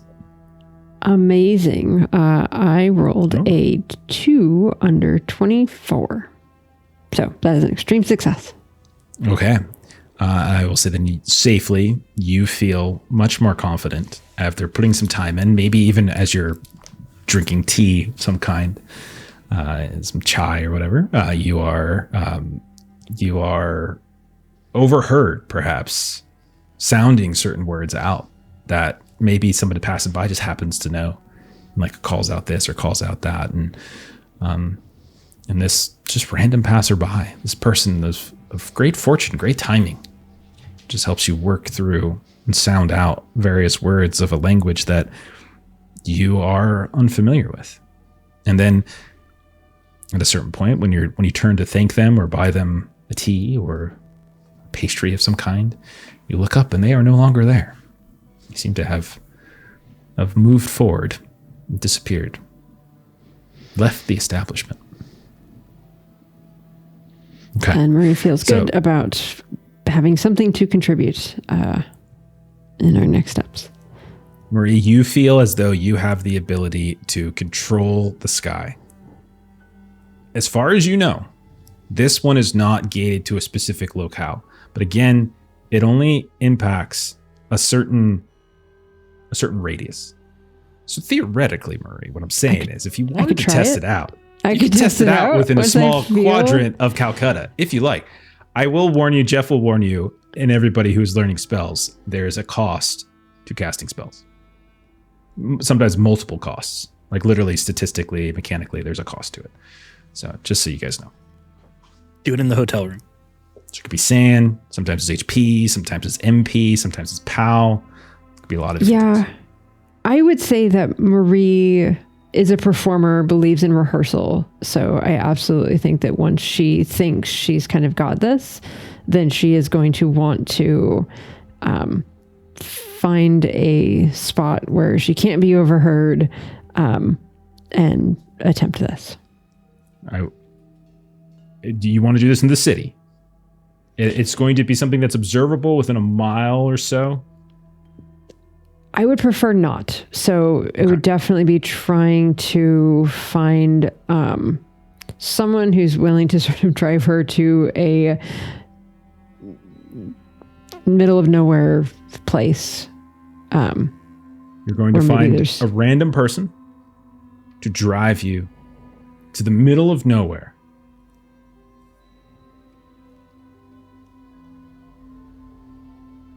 You also would know, Marie, that you're traveling, as I mentioned, you're traveling like 1,000+ miles between here and the Himalayas and the Mount Kailash and such. There could be a place along the way that might be more suited. rather than anywhere within a fairly populated area. Yeah, so maybe she's kind of having a conversation with Goldie in, kind of a hotel room or something. And like, I do believe I have figured everything out. There was this just stranger that just happened to hear what I was saying, and they've given me the correct translation. And I do believe that I should find somewhere that I can go several kilometers out and test this out. Yes, this would be a good idea. Oh. The French accent's gone, by the way. It was never real to begin with. It was never really there. Fraud. I don't think that's the greatest idea in the city. You should wait until like the next leg of our travel. I wouldn't want to do it for the first time when it counts, so one must rehearse these things. No, along the way, yes, but not where there's so many witnesses and at the society where I've been researching, there is a lot of concern they're being watched for things like this, and we don't want to cause them a harder time. Well, okay. I suppose we must try it before we get there, though. We can't be doing this for the first time. It's true. I suppose you're right. So if you are casting this spell to cause the darkness, then who is casting the spell to summon? For I do not know it. Well, Mr. Sawyer and Mr. Price were also there. But do they have the skills to do so? It's recalling the memory. Well, you're right. We should talk about this on our journey and make sure that we all recollect everything. Spells have costs and they have expectations. And from what you said of this one, you have to stand still and chant, and sometimes there are offerings that have to be gathered. We do need to prepare these items for if that's what we're moving forward with. If I'm being totally honest, the other ritual, you wouldn't know this, but the other ritual, as was presented to us, involved biting the head off a snake. So if I had my choice, I think standing still and replicating this complicated series of words is probably within my skill set, and I would leave the biting off of a snake head to one of the gentlemen of our party.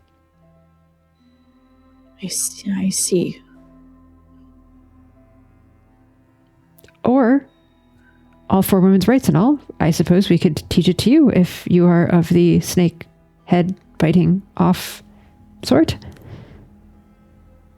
If that's what needs to be done, but if you've never cast the spell yourself and then you're trying to teach me, it can get mistranslated. Okay, we'll leave it. We'll leave it as it is. We'll just make sure that the other two arrive safely where they need to be, and we will need your support, of course. Okay.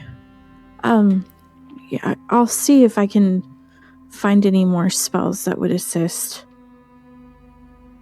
I honestly don't know how we're expected to get up the mountain. Travel up it is forbidden. Well, yes, we will need to have a cover story as to how we are getting as far as we can go. But we just wear warm jackets, and at some point we'd venture away on our own. Oh, it's Don't forget the snowshoes. Oh no. Yes, snowshoes. 3 hops in a trench coat.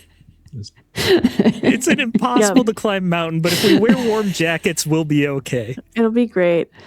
Never mind that it's forbidden and that anyone who sees us will probably try and hunt us down. Well, no, we of course we must travel in the nighttime and not tell anyone our ultimate destination. I think just we need better planning, and Goldie is very stressed at this point. The fact that this is where we're going to, we're being kind of blasé about we're just gonna go climb this mountain. She's at night. But we have done difficult things before, and you were very integral to our plans in Malta. And by the time we begin our ascent, I am confident that we will have a better plan than we have right now. But point taken, I will not go out into a field outside of this great city on this evening and practice. I will do so at a later time. You are wise. Thank you. All right. Patrick, let me check in with you. It's been a while. What else would Patrick be trying to take care of? A lot of things at your disposal. Stuff to study, stuff to look at. Just because we're in a different country doesn't mean you can't contact other people. What do you think would be his focus? Upon landing on Calcutta, I think I'd redirect my focus on self-meditations, those rituals of self-denial. Got pretty wild. My mouth's reawoken. The last situation in Malta, a lot of killings. I've killed 4 people more now. So a bit of a savage. So I'd spend time here visiting sacred sites like temples, checking out those places, seeing how they perform their like prayers, rituals, trying to join in meditations. Pick up a habit of like incense burnings, trying to focus on that, and listening in on seeing if the specific creatures or what they were worshiping at those sites, if they have any significance, that sort of thing. Okay. You can give me a, what would this be?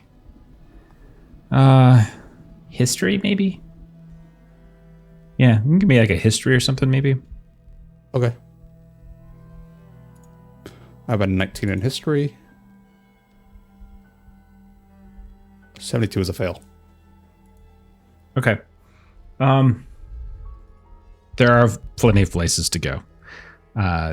Plenty of places. And some are universalist, that kind of welcome people of different faiths for various meditations and things like that. With a 72, you don't quite pass, so you don't quite get too heavily into like deeper conversation. Some of it might simply be a issue with translation. While there's certainly like St. Paul's Cathedral you can go to, it sounds more like you're looking to branch out beyond kind of European faiths. Bellermoth, I know that is a site you could potentially go to. Let me see. I think that's one of the Universalist ones. That is to the west of the river. And it was founded... Here, I'm just quickly looking.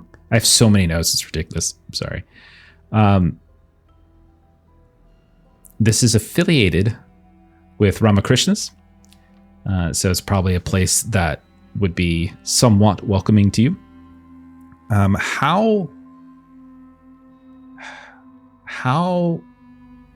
much are you caring about hiding the mouth, obscuring the mouth, ensuring that you're going to places at times in which there's going to be a lower population, like there's not going to be as many people there, that kind of thing? Probably put highest priority on leaving it undiscovered. Okay. All right. Give me a luck test.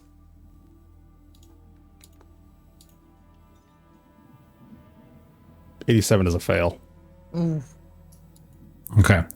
At some point, maybe not immediately, but maybe over the course of some of the time in which you're visiting a few different sites, you find yourself either maybe like on a woven mat, or kind of off to the side somewhere, and your mouth starts to act up, and there's this like this gnawing, this clawing, and like it just starts echoing throughout the caverns because it's very quiet. Like people are here at a time in which they're trying to be quiet. They're not making a lot of noise, and suddenly people are sort of looking at you. And not everyone seems to care. Most, at least half of the people that are lingering around this this temple are being reflective and not focusing on others, but focusing on self. But there's just something about the mouth that just gets louder and louder and louder. Maybe it's because it's awoken again and you're now trying to put it back to a state of unease, but nonetheless, you find yourself suddenly at the center of attention of a handful of folks, some of which seem to be like yourself, just people from off the street. Others seem to be dressed in various kind of colorful robes, and you're being surrounded. Some people are asking you questions. Some people are checking in to see if you're okay. Some people think it's you making the noise and are yelling at you, or not yelling, but they're chiding you for interrupting others, and sort of this sort of moment where they're supposed to be respectful. So you just at a certain point find yourself kind of getting ushered out in some ways, and the mouth makes an appearance, and it just bites onto like the arm or the hand of somebody who's like crowding you, and this young man just falls backwards onto the ground, kind of holding their arm. Now you can see that like their arm is bare, the robe doesn't fully come down over the arm, and there's just this huge bite mark and blood is dripping down it. And you look down at your arm and you can see the mouth has ripped through the sleeve of both your shirt and your jacket. And you hear the sounds of shouts and sounds of people kind of pointing and like kind of in this shock of whatever this thing is on your arm. What do? Do you flee? Do you just run? Do you try to stay? What do you think? Sorry, I didn't mean it. I'd flee the scene. Okay, and so you just flee. And likely what that means is that you don't return, right? And you're unable to kind of really dig even further into anything of that might be sort of happening at this location. There are other places you can go.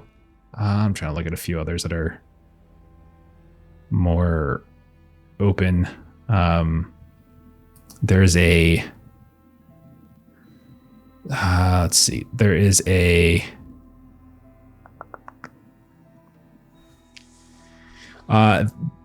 see if I can pronounce this. Persnath. It's a temple for sort of a different religion. One of the four. It's Jainism this time. It is to the north, so like you kind of steer clear of that western site. This thing has been around for like 70 years or so, and you can actually look this up. It's amazing. It's actually multiple shrines with this like single ornate like temple compound, and you're able to move about as well. And again, like the last that you attended, like there's not like an expectation that you fall in line with whatever like dogma that seems to be of the focus. Like they're very respectful to visitors. There's a calmness, there's a silence, there's a stillness, and maybe finally that's when you start seeing like the calming of your mouth a bit. But it takes multiple trips to places. And certain temples, it is certainly like easier on your mouth. Your mouth seems to almost recoil in some places and get louder and more ornery.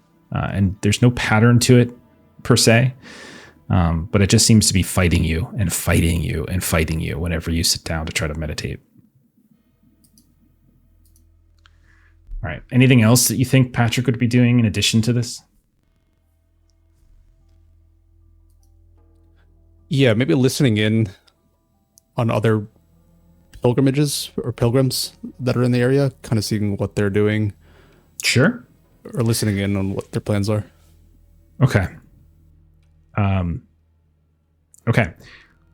No role really necessary, but you definitely hear there's talk of different groups and of making treks, but not necessarily immediately. Like you're well away from it, but there is certainly conversation over it.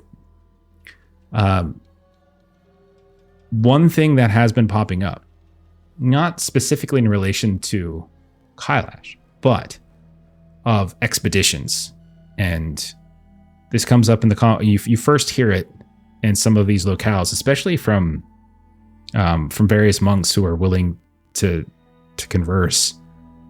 You hear it from them that apparently there is a expedition of Germans that have been given some kind of permission to traverse and travel through Tibet. Some of the names of places sound vaguely familiar. Maybe you've all kind of done a loose plotting of where you might go, but you're not entirely sure. But there is some kind of Tibet expedition that started traveling in the area roughly the same time you all did, late 1938, early 1939. It's kind of where we're at, by Ernst Schaefer.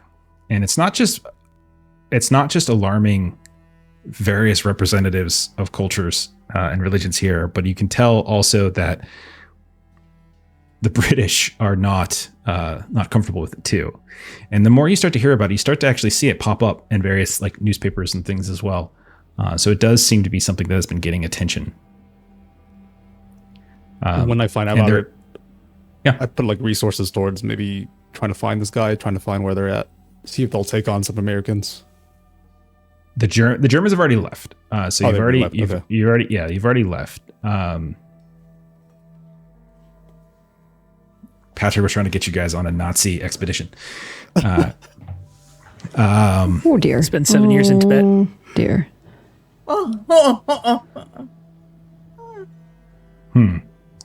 I'm trying to see if there's anything else you might get. You do hear that the British are being unusually attentive to various foreigners that are asking about the North or Tibet, or like inspection of papers and things like that. So you know that some of that has to be kind of on the up and up. You know that there is going to be a lengthy train ride. You know there's going to be some truck riding, and you're going to know that the hard part is after that.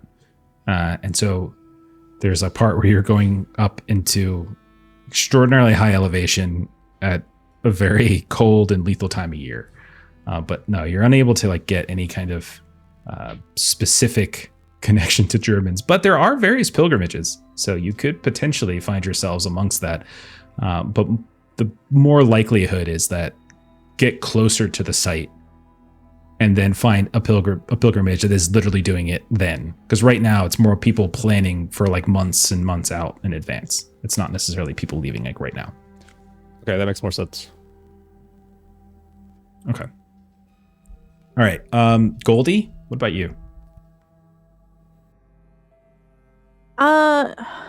I was trying to find this book that Bev read, because I'm not sure if it'd be something that's included in like the information that Lanfear would have sent her.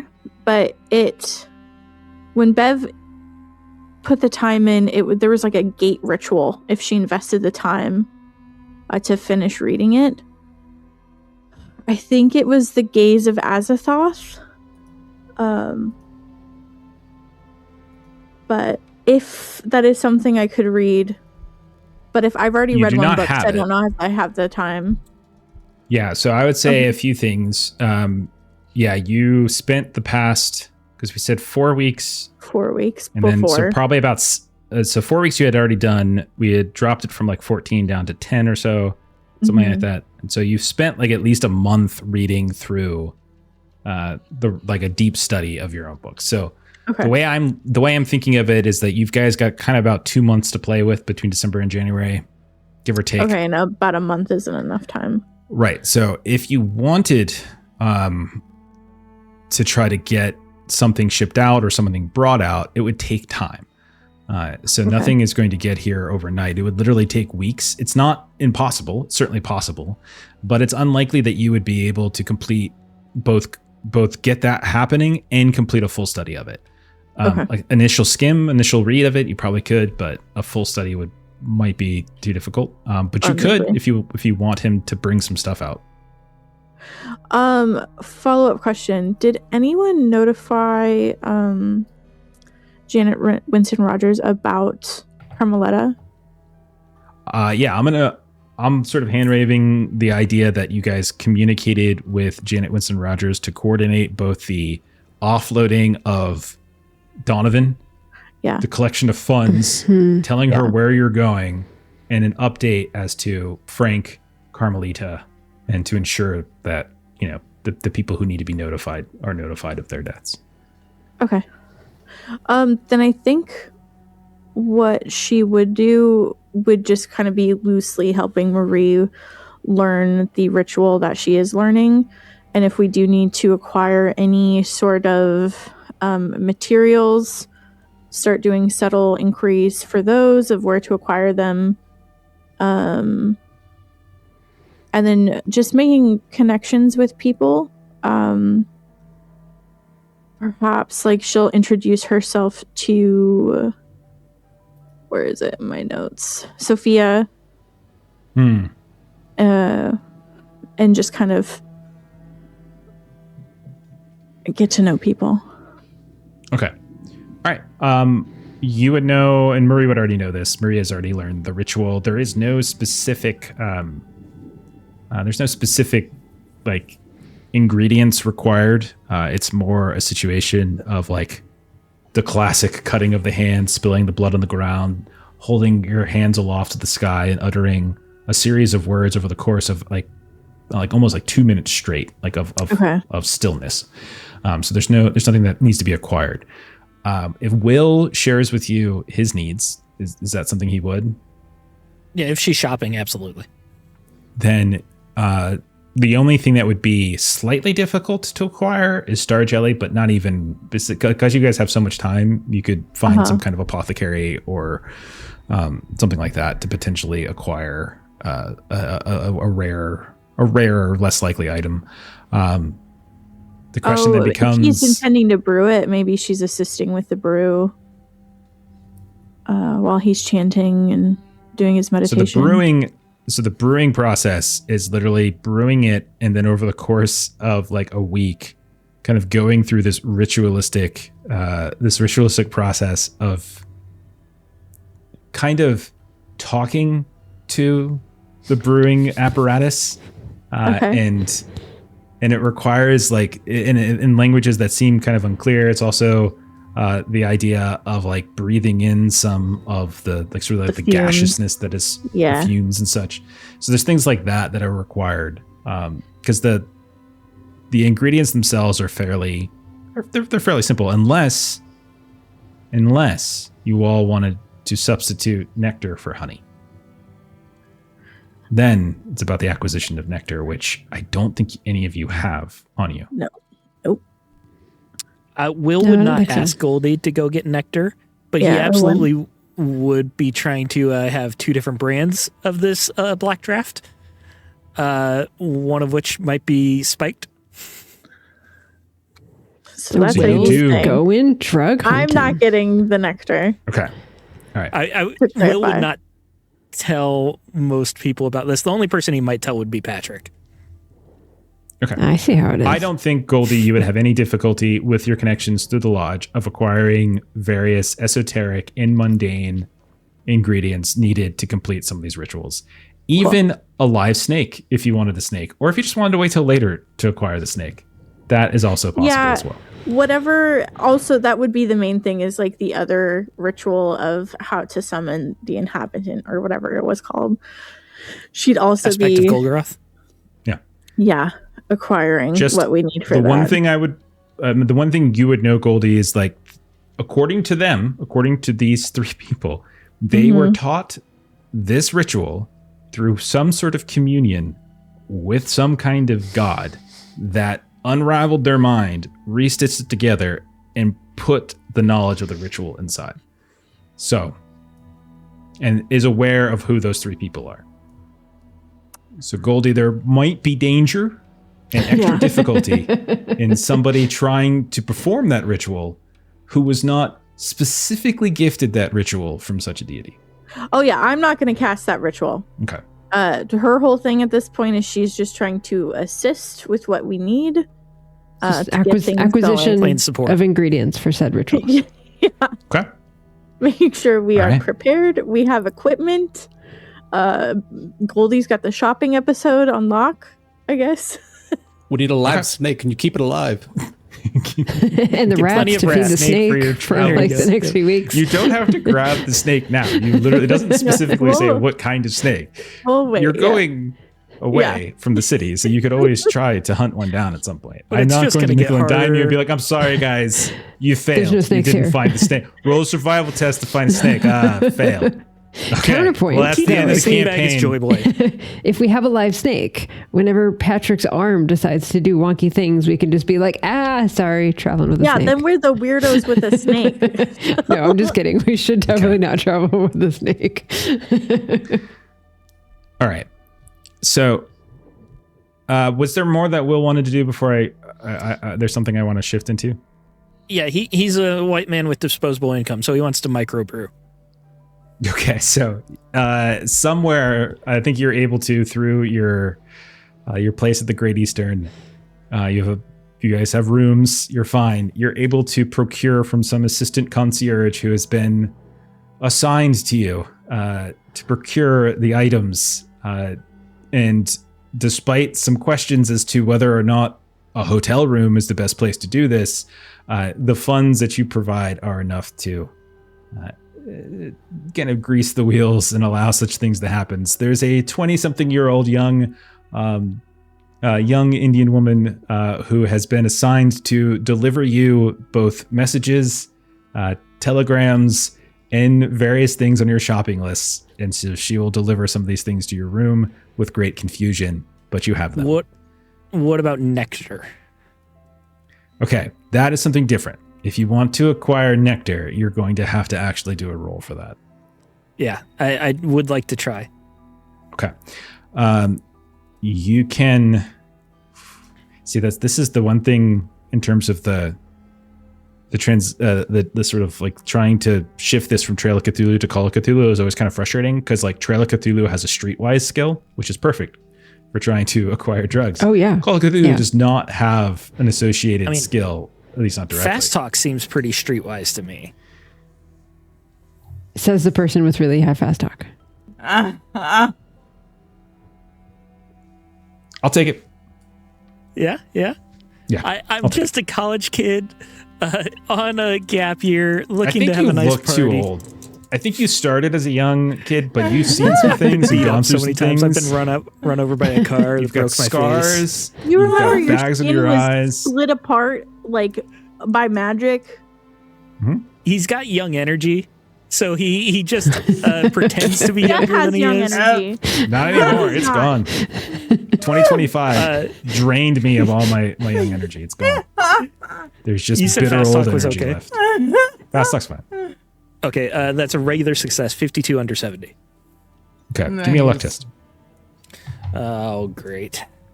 Luck is 25. That is a 20, and the other one rolled out of the box, so I got to re-roll. 27, damn it. Oh, okay. So close. Oh. That's okay. I'm rolling for different. You succeed on your fast talk. Okay, you spend some of your time going to various seedier sections of a city, because every city's got its seedier sections, right? And asking around for various product. And it's not hard to find some of your mundane drugs and substances. That's easy. And whether or not Will partakes in, that's up to you. But it takes much longer, perhaps, for you to find what it is that you actually want. And you are eventually directed to an underground fight club of some kind. Some very small, kind of quaint fight club beneath to call it a jazz or a music club is overstating it. There is music being played. There are people drinking, but it is a very empty place. especially for the time of night in which you arrive. But you are directed to some of like the recesses, the storage units, the down through like a stair, and you find yourself in a kind of a very basic looking like subterranean basement of some kind. You can see that there are mats thrown all across the floor, and there's maybe 2-3 dozen people down here in total, all packed, sweaty, smoke everywhere, and people are cheering left and right. And it takes a while for you to see exactly what it is that they're cheering about until you're able to peek over, and you can see in the midst of this room, in a small semi-circle of some kind, 2 men, one who looks to probably be in their 50s, his sort of down to just almost something like a loincloth in some ways, and the other much younger, burlier than this kind of frail old man, are just going crazy on each other, like tigers just ripping through them.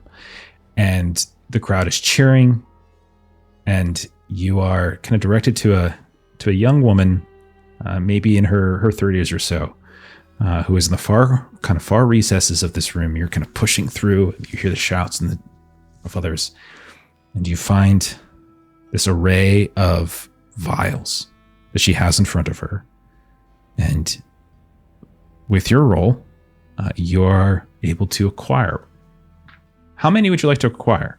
1 vial? 2 vial? Does she only have 3 a vial? certain color? They all seem to be the same kind of tarnished looking glass. None of them look ornate, none of them look beautiful, and they're all kind of thrown together in this big box. And The liquid itself, standing right next to her. Is there a color to that? It's the cloudy liquid. The glass isn't super clean, dusty. You've seen better. I was curious because I know that we had like the red nectar is what we saw in Bangkok. So I was curious. Okay. Who was standing next to her, you said? Some very large and angry looking man who's watching you the whole time.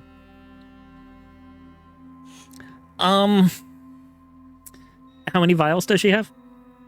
Dozens. Is there a discount if you buy in bulk? There's no way that she would sell you all of them, but No, she would sell meant, you like, a couple. Just could I get like? Is there like a buy 3 get the 4th free? Is that what you're looking for? Are we running a BOGO sale? You tell me, half man. dozen would be nice if I could. Okay, absolutely.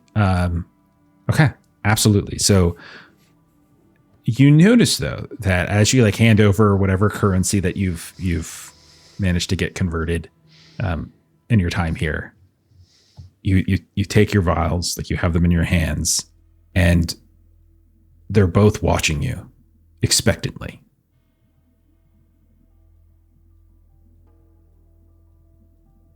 You've already exchanged funds. Take one now. Don't worry, I'm not a cop. Like, is that what?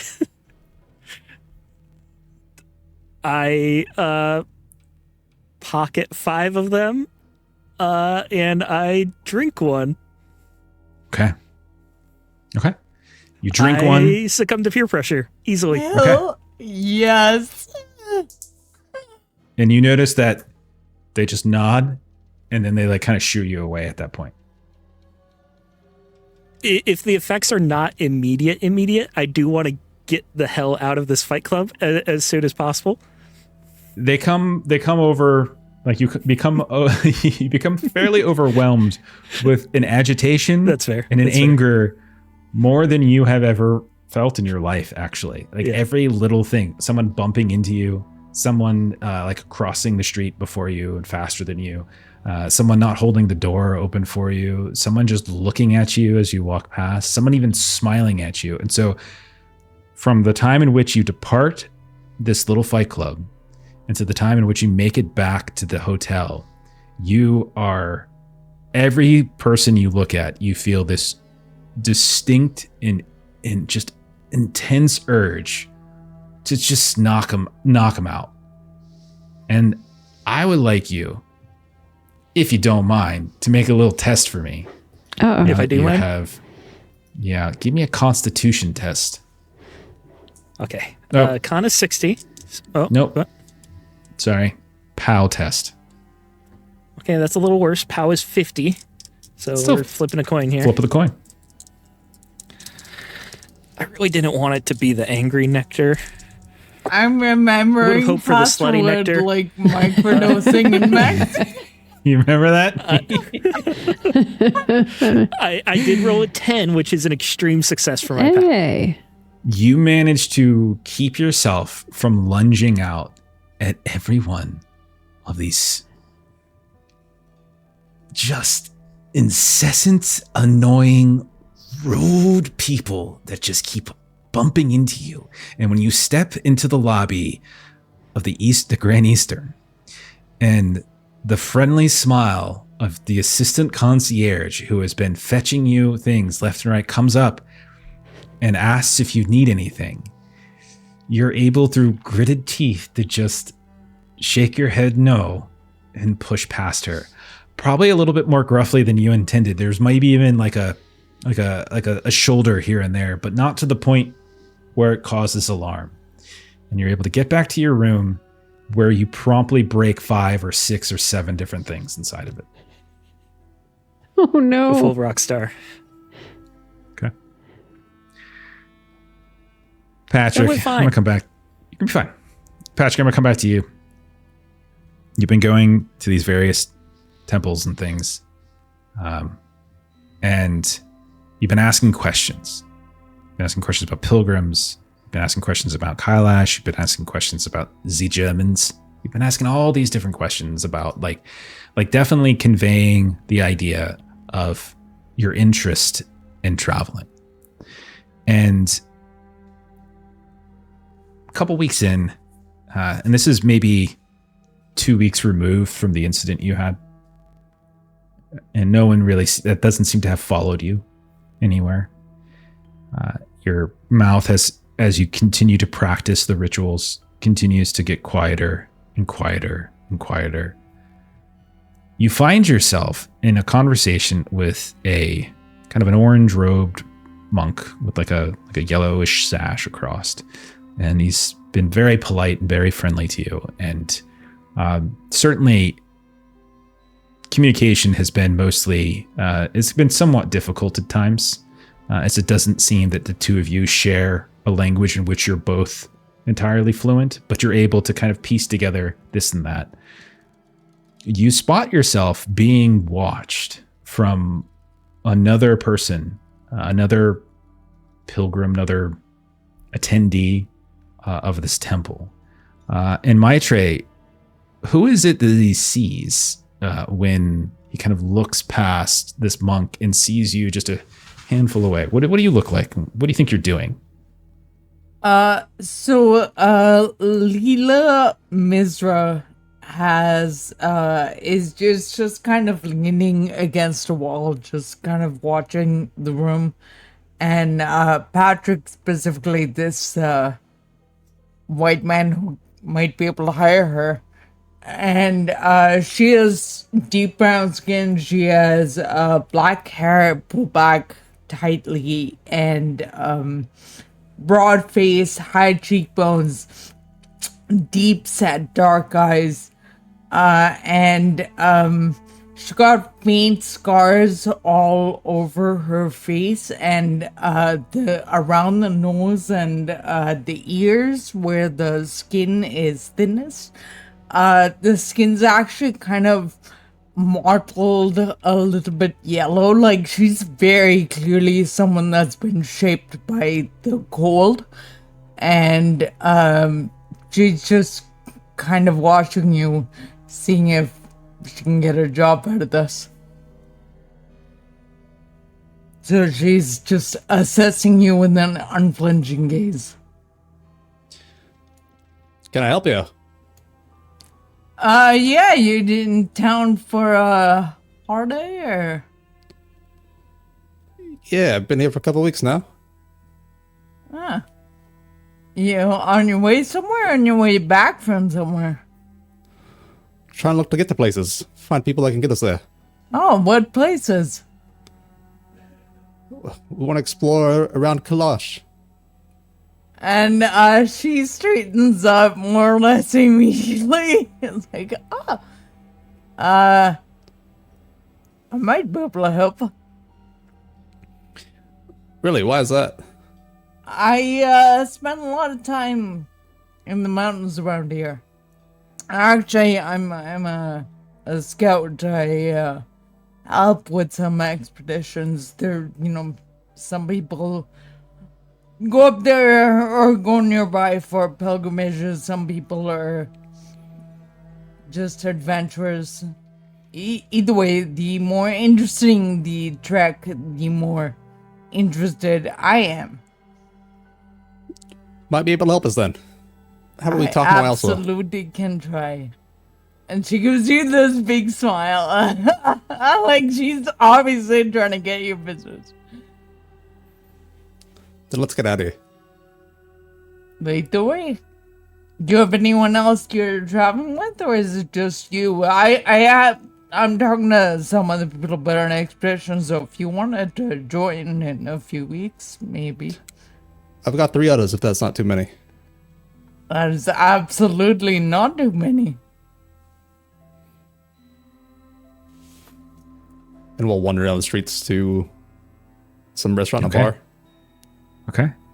Do you want to send a message to your compatriots so that they can meet this woman, or Yeah, are let them you know. handling negotiations? Yeah, well, I'll let them know I found someone if they want to meet at locale. Okay. So the rest of you will say a little while later, maybe arrive.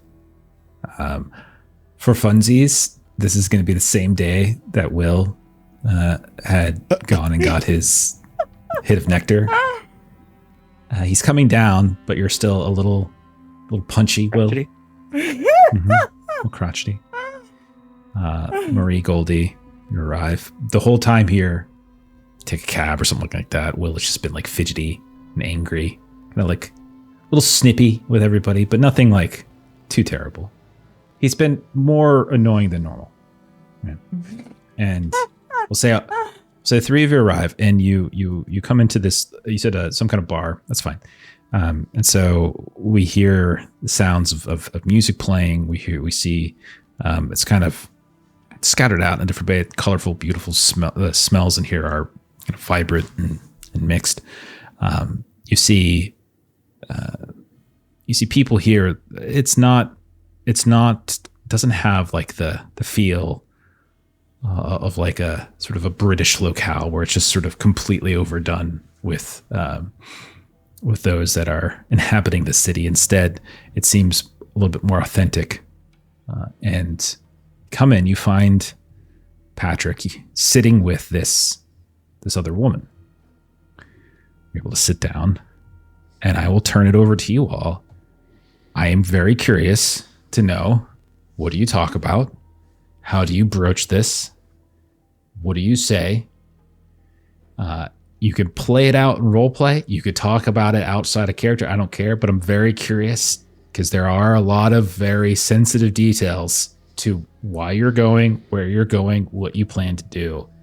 And from what Goldie has learned, every single religion in And the area stress says to all of you, yes. is really bad. And now here's this, and how much Patrick has probably suggested outside of just like, oh, Kailash area, that's it. So I'll let you guys play it out however you want to play it out, but I'm really curious what it is that you say. Everyone, this is Leela. Leela, everyone. Good to meet you. And she gives you this big smile and like a casual salute. And what can you do for us? I limping was told as she you comes up. can, you need some help getting up a mountain? Was there a mountain you had in mind? Or just anything? We should definitely get to know each other a little bit first, I think. Yes, I'm Marie. Wynn, very, very nice to meet you. Leela. Can we skip the pleasantries? I don't believe Whatever that's you wise. like. We should probably to a little Tell bit. us about yourself, Leela. Yes. Well, I spent a lot of time here in Calcutta, and that's where I'm from. But Not your life story, your skills. What can you do? We're taking people up the mountain, usually people who can afford to go to interesting places. I've gone past doing the average treks. I like to go slightly more unusual destinations these days. I see. I've been doing the average, like the more common things since I was a child. So I try to do more interesting things these days. So if you have somewhere you want to go, I could probably take you. If you have somewhere you just want an experience, I can probably design one for you. What are you in the market for? We want to be respectful. And Murray kind of gestures to Goldie. Absolutely. I know all monasteries and temples to avoid. Are you a woman who believes in a higher purpose? A higher calling, some would say? And she kind of looks at you slightly confused, like, Are you I guess a better way to word it. Are you a religious woman? Not I know particularly. Does that matter? I'm just I like to learn things, so potentially learning from a local. So do I, but not. I don't know. I'm not. I don't live the kind of life where destiny makes much of an appearance. I see. Are we in a very public place, Jeff? It's noisy. It's loud. No one really seems to be paying attention to you. Okay. And Leela's obviously not worried for whatever it's worth, like, because she's very, like, flat surfing here. I appreciate what you say that if we are interested in off the beaten path type, then that would be what we've looked for. Our group has done quite a bit of traveling around the globe, and we've. Oh, that's wonderful. Most of the expeditions I take up are people that have done some amount of traveling before. This is very rarely anyone's first rodeo. That's good. That's good. Americans might put it. We don't really have rodeos here. That is definitely the saying. We have not ventured into the cold as much, but we have gone trekking through the jungle and the desert, and this is certainly. And I imagine we're dressed decently. We are willing to put on our boots and knickers and do what we need to do. Do you have someplace specifically you want to go, or did you want me to just design something interesting for you? In the direction of Kailash. Money's not an option here. I'll lean in a bit closer. Kailash. Do you want to go near? I mean, there are a fair few pilgrimages that go near Kailash. It's a fairly holy site. That wouldn't be difficult. Now, what I'm about to ask you, it's a bit taboo around here. What about up Kailash? Up Kailash is different than near Kailash. Very different. Is it even possible? Are there routes? And no one wants this is the first time Leela gets like a little bit nervous about like everyone around her. She's like, well, it's illegal. With that, Will like takes his drink that's like still very full, and he like a cat like just pushes it until it's off the table and it falls, and just, oh no. And Leela looks at the rest and it's like, I'm sorry, am I meant to understand something? I think our young friend happen. I'm going to get another drink. It's tempting to make a point that we are flexible. Well, I mean, it's illegal to go, but but you know, it's illegal to go. Are you saying this increases your fee? I'm saying maybe this isn't the place to discuss your needs if that is part of your need. Would you like to come to... We could go to your office. And Marie's a little concerned of like she's going to get in, like she's just going to figure out what we want to do and then go tell the cops and bring him back to our hotel. So Marie's being a little like, maybe we can go to your place. Absolutely. We can go to my office.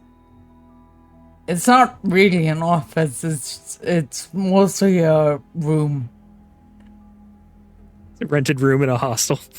Pretty much. Except it's not the hostel. It's the conclave. And she just and whatever road the conclave building is on. It's like if sometimes I conduct meetings in a building on so and so road. You're a member?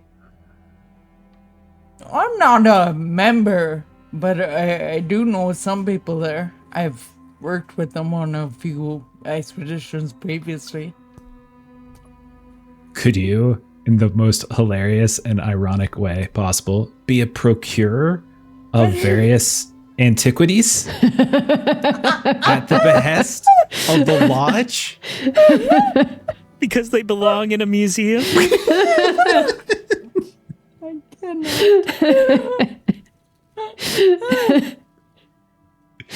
This wasn't discussed ahead of time. I just saw an opportunity. That's so funny. Sorry, hang on a second. My headphone fell out. She's so excited. Her headphones fell out. I was so excited. That fucking line. That line just like takes me from 0 to 60 every day. Maitreyi is playing Indiana Jones? Is that what's happening? Sure sounds like it. Wow. Channeling She's a Harrison Harrison I think it was Ford. possible. Wow. I mean, you're stealing. Stealing is that you're procuring things, I'm helping to procure. or maybe you've led various lodge members on visits to certain places. That's what Kailash she or was trying to. Pura. She's a chaperone. Yeah. And Just those a lodge chaperone. members procured certain kinda, things. Exactly. It's just like what they do when they get up there. It's not my business. You were, like Gimli. Exactly. I'll get you there. I'll be part of the fellowship that gets you there. What you do in the ring is your business. Worked on multiple levels, that one. I think Steven understood. Okay. Well, either way, that's where she recommends going, is the lodge, and she mentions the road name, and that she has. She's not a member, but they know her over there. Some people know her over there.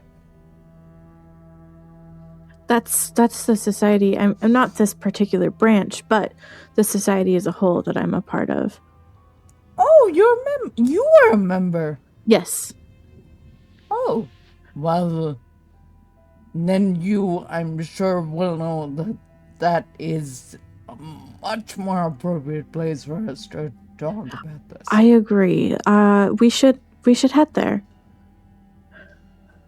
And then, like, as we're traveling, Goldie's asking you about other trips and stuff that you've guided people on and kind of all that stuff. And she'll tell you, and what she really focuses on is she tells you about her most meaningful trip some years ago with a gentleman named Dr. Rohan Rao. He's an archaeologist at the University of Calcutta, and he had organized an expedition which she had taken up, and now they are he's like a mentor and a friend now, and they've built a relationship based on that. So she's telling you that story specifically. Nice. Yeah, it becomes very clear very fast that this like she loves what she does. She loves going to places that are a little bit weird and off the beaten path, as she said.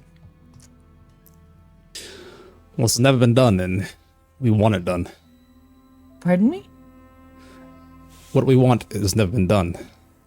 You make it happen. I can certainly help you try. Can Marie roll a psychology on Leela? What? Of course. Yeah. Of course. What are you trying to gauge?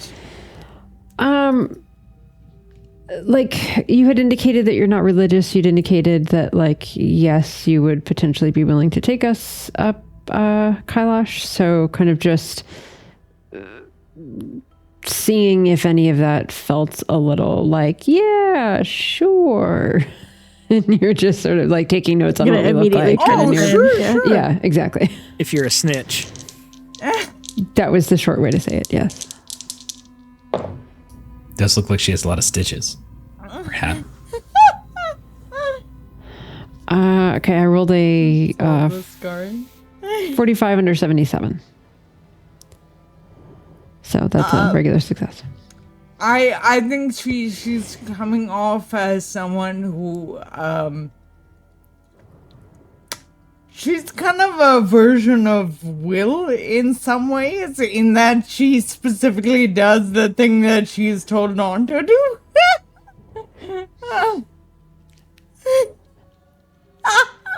I said no versions, Ian. Marie's considering Leela and looking at Will. And considering Leela, looking at Will. She's not a snitch, is what I'm getting at. Okay. Like It's perfect. We needed two Wills. Yeah. Hey, it worked out last time. It did. You guys remember that dude? Does anyone remember his name? Rick Luke. Rick Luke. There you go. Yep. I was just thinking about Rick Luke. I Right. love him. He's a good Not guy. enough to send a letter. Okay, guys. Damn it. So let's put it this way then. You all commiserate. Obviously, she's joining your party. But you all get the vibe that she is willing to do whatever it is that you are asking. But at the same time, I would ask of Leela, and you don't have to do this now, but think about this. Like, just think about it from the perspective of these random Americans coming over, Yeah. blaspheming up a very holy site. Figure out like how that sort of, how you negotiate that in your head. I have actually given that some thought, and if there is time to talk Yeah. about it now, Go for it. I'm happy to. Yeah, go for it. As you know, once we're in the conclave and we're in the meeting room and we're having the private conversation and everything, at the end of that, Leela will say, just getting you all up there, I can help with that, but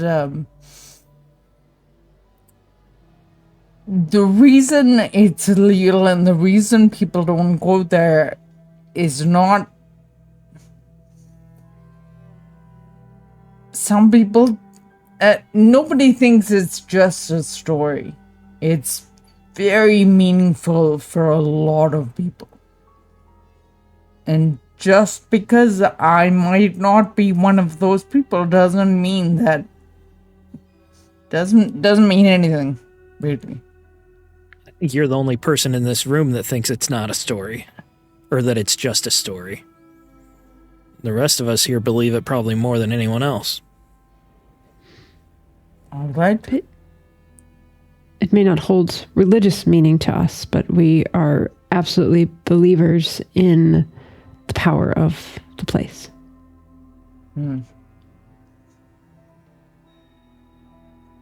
And we also recognize that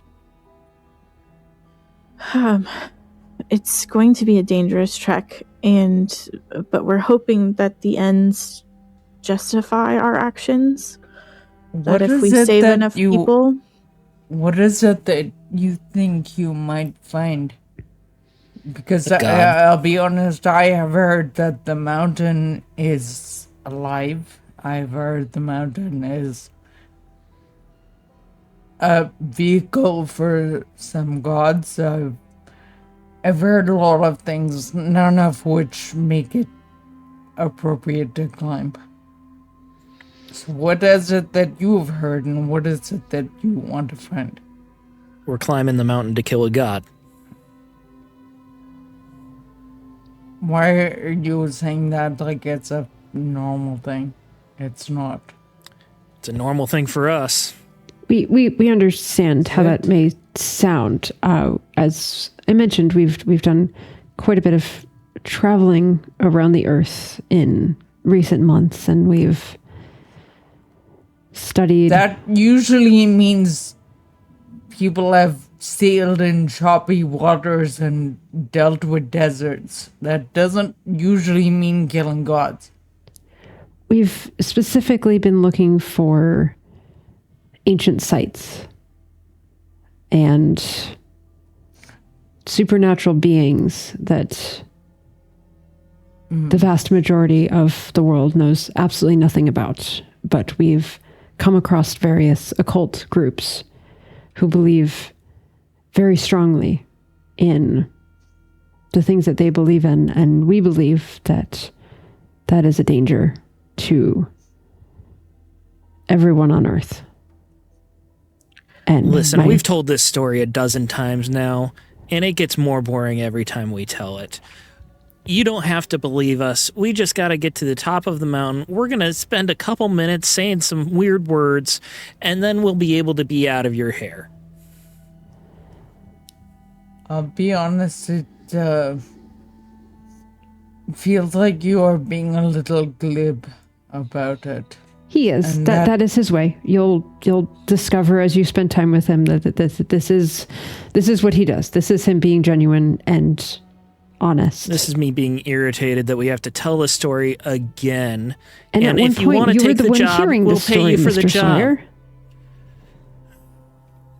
You clearly woke up on the wrong side of the bed. We got 1,000 details. You want all the paperwork?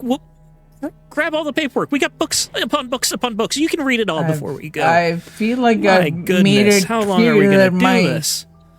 My issue is not helping you with the endurance. I'm fairly certain I can help you with the endurance, but what I'm trying to say is that it's not just a difficult trek. It is at a minimum a difficult trek. And it goes up from there. All right, we understand. Yes. Thank you for that. We recognize that we, the group of us, are not the most athletic folk. We will, among all of us, come up with a cover story as to why we are traveling where we are and how we are, and we will need to trust each other that we will each tell that story, but we will have our work ahead of us. We, not so long ago, were trekking across the deserts of North Africa and suffering from the heat, and we've, as my young friend here does have a rather blasé attitude about things, we have lost friends and travel companions. And we take what we do very seriously in their name. And why the hell do you have to mention my age every time you refer to me? My young friend, my young friend. Can we get over this at some fucking point? When your attitude matures, I will stop mentioning your age. Until such time, right. You are young Mr. Sawyer. Do you have questions you want the job or for not? us? I do want the job, and she'll look over Good. at Then you're in. Patrick. Problem solved. We can be done with all this talking now, please. Thank you. Not yet, Mr. Sawyer. Well, you're welcome Jesus to leave Christ. if And Will you gets up like. and just leaves the room. He just walks out.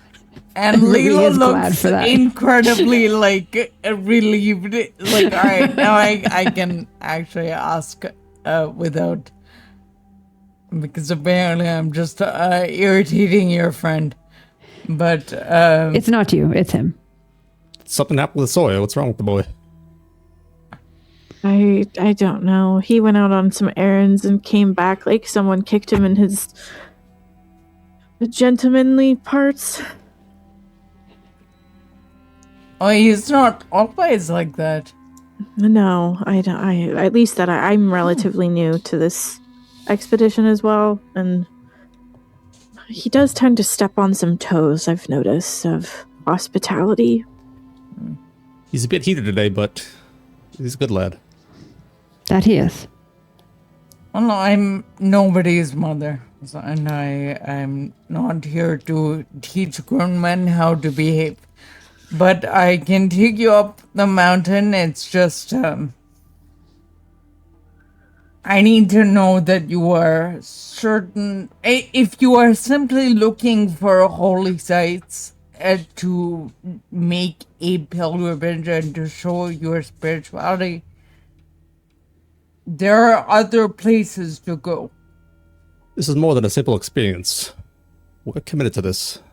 Mind, body. It needs to be Mount Kailash. It has to be. That is where it slumbers.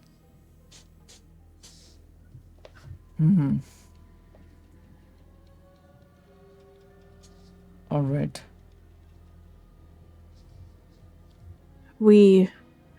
I So he certainly was understand. he was not lying about killing a god. No. That was not hyperbole. No, he said it as if it were an everyday occurrence, but we have been studying and working hard to be sure that we're ready. We can fill you in. I understand that this will be days and days of travel, and we can fill you in as we talk. It'll be weeks and weeks of travel. Even better. We have plenty of time to talk amongst all of us. We have been, as I mentioned, at this for months and months, and we've been gathering clues from various countries around the globe, and we're putting everything together. Time will be abundant, but unfortunately, your evenings will not be your own. In a lot of cases, you need to be well rested for the day up ahead. You need to get a full night's sleep as often as you can. Because the closer we get to the summit, the thinner the air gets and the fewer places there are to rest. So as much as possible in the early days, your evenings need to be taken up by sleep. I understand. And Marie was wearing sort of a long skirt, and she kind of pulls it up a bit so you can see that her leg is still wrapped, just to put all of our cards on the table, as it were, to just recently suffer quite the injury, but I am committed to making this journey. Are you certain you want to go? I have to. Miss Wynn.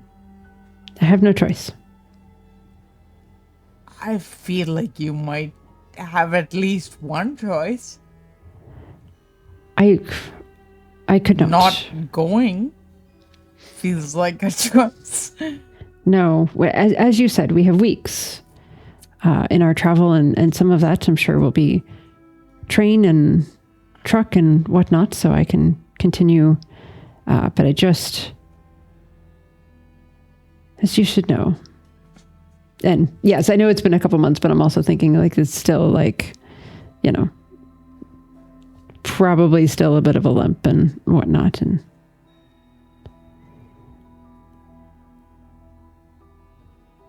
not going, unfortunately, isn't an option for us.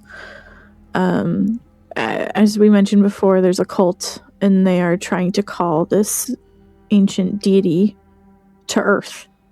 It's almost happened once before. It was interrupted, but that has ignited this cult to push further and further. I don't know if you've ever come across this drug called nectar. I don't think so. I'm not. I don't really partake in that kind of thing. From what I've read of it, it's a secretion of this god that kind of brings out the worst, most selfish tendencies of people, be that anger or lust, or base. I'm not sure how you would describe it, but where it would be terrible for mankind if this great liar, this fisher from the beyond, is able to cross over, to awaken in our world.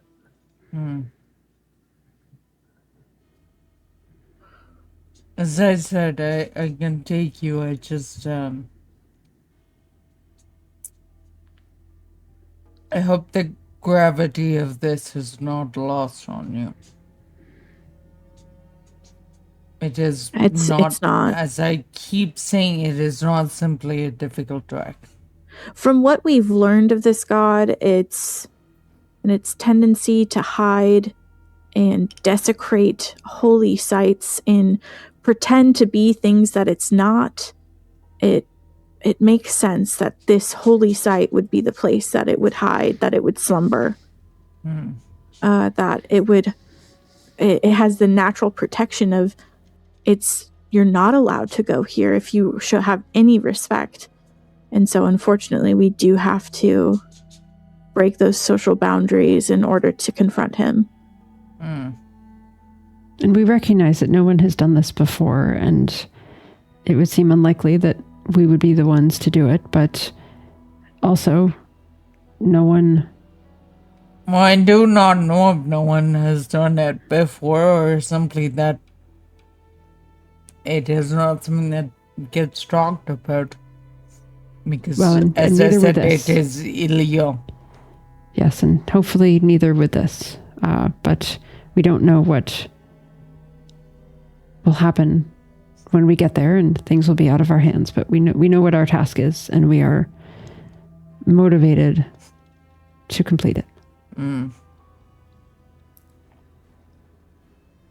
I am worried about your friend.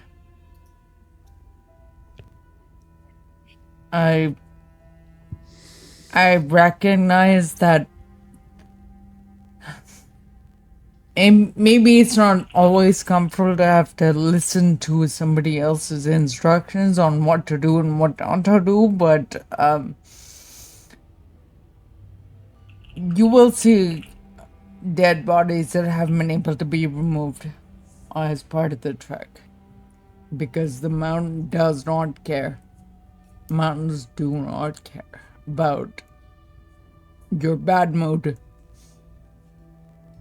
We have seen worse things. Mr. Sawyer will listen to your wisdom.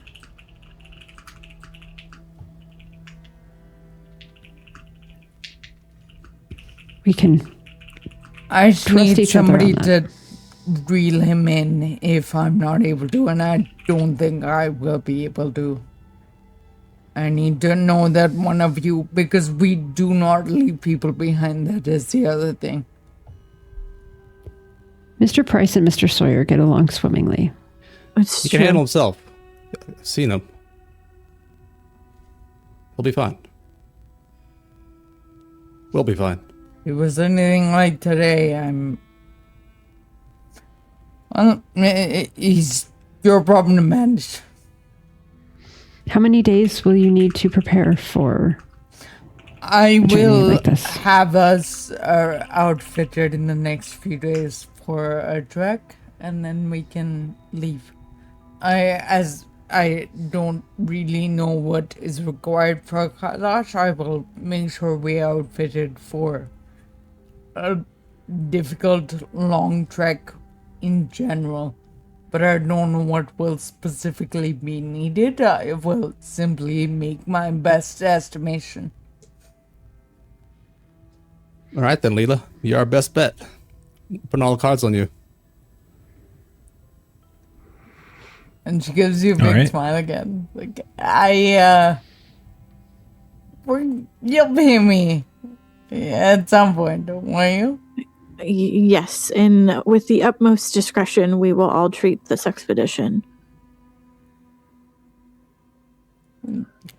Smiles and nods again. And I think with that, we'll fade out of that scene. We'll see you all go your various ways to begin preparing for your journey northwestwardly, which will start with a train ride and then continue further north. But we'll end there. And if there's any final preparatory things that you think you need to do before you start venturing further and further northwestward, and the further you travel, the less and less you'll be able to communicate with the sort of the larger world and such. So keep all that in mind. But yeah, we'll pick it up and we're heading to the mountain next week and go from there. Oh shit! Oh, I'm so excited. Oh, yeah. We're You're here. gonna say shit pretty soon. Yeah. Okay. Yeah. Okay. So yeah, that's it for us. So let's man, not many episodes left. We're getting fairly close to the end. And I think I'm thinking like after this, maybe 3. I think we move pretty quickly. Gosh. Oh shit! Yeah. I think we'll be at the It mountain. does definitely feel we're at the part It's where gonna go everything's faster than you gonna think. Start to snowball. Yeah. It's gonna go. I can drag it out to snowball. 20. I don't think so. I think it's too late. If you had your chance, you could have started attacking people and stuff, and then they could have tried to get you out of jail. I'm starting a like that. microbrewery. We have to run the business to earn money to travel. Which you filled up with nectar, right? Didn't you make a separate strain? 2 batches. The amber. The amber Nectar. version. Oh, Nectar free. the normal brew and the nectar brew. It's a honey amber. Okay. All right, let's do some close-up plugs to get out of here. Steven, Maitreyi, where can we find you on the internet?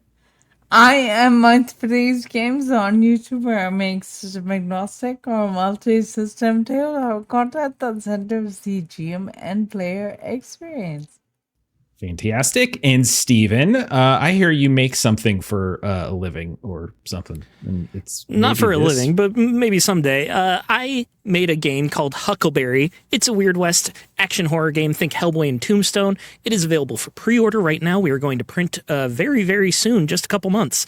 Go to huckleberryrpg.com/pre-order. Use code LOLLY to get some money off. Use code LOLLY. Yeah. Awesome. Okay. And as for us here, we've got what do we got coming up next week? Next week, I think we might on Monday do some Wear in Danger. Tuesday we're off for a couple more weeks, but we will be starting up something new before the end of the month. We're going to be doing some Wild Sea. Kip's just going to be running us through that. Next Thursday we've got more Legend of the Mist, and we'll be back next Saturday with the march towards the end. Is good. The train ride to the end. But that's it for us. Oh my gosh. Yeah. Better Let's not see who I'm going to rate. Run into a weird green guy. What? What? All right. Here we go. We're going to rate Dead Elsie Gamer. Have a great rest of your night. We'll see y'all later. Bye-bye. I'll be saying it. Bye.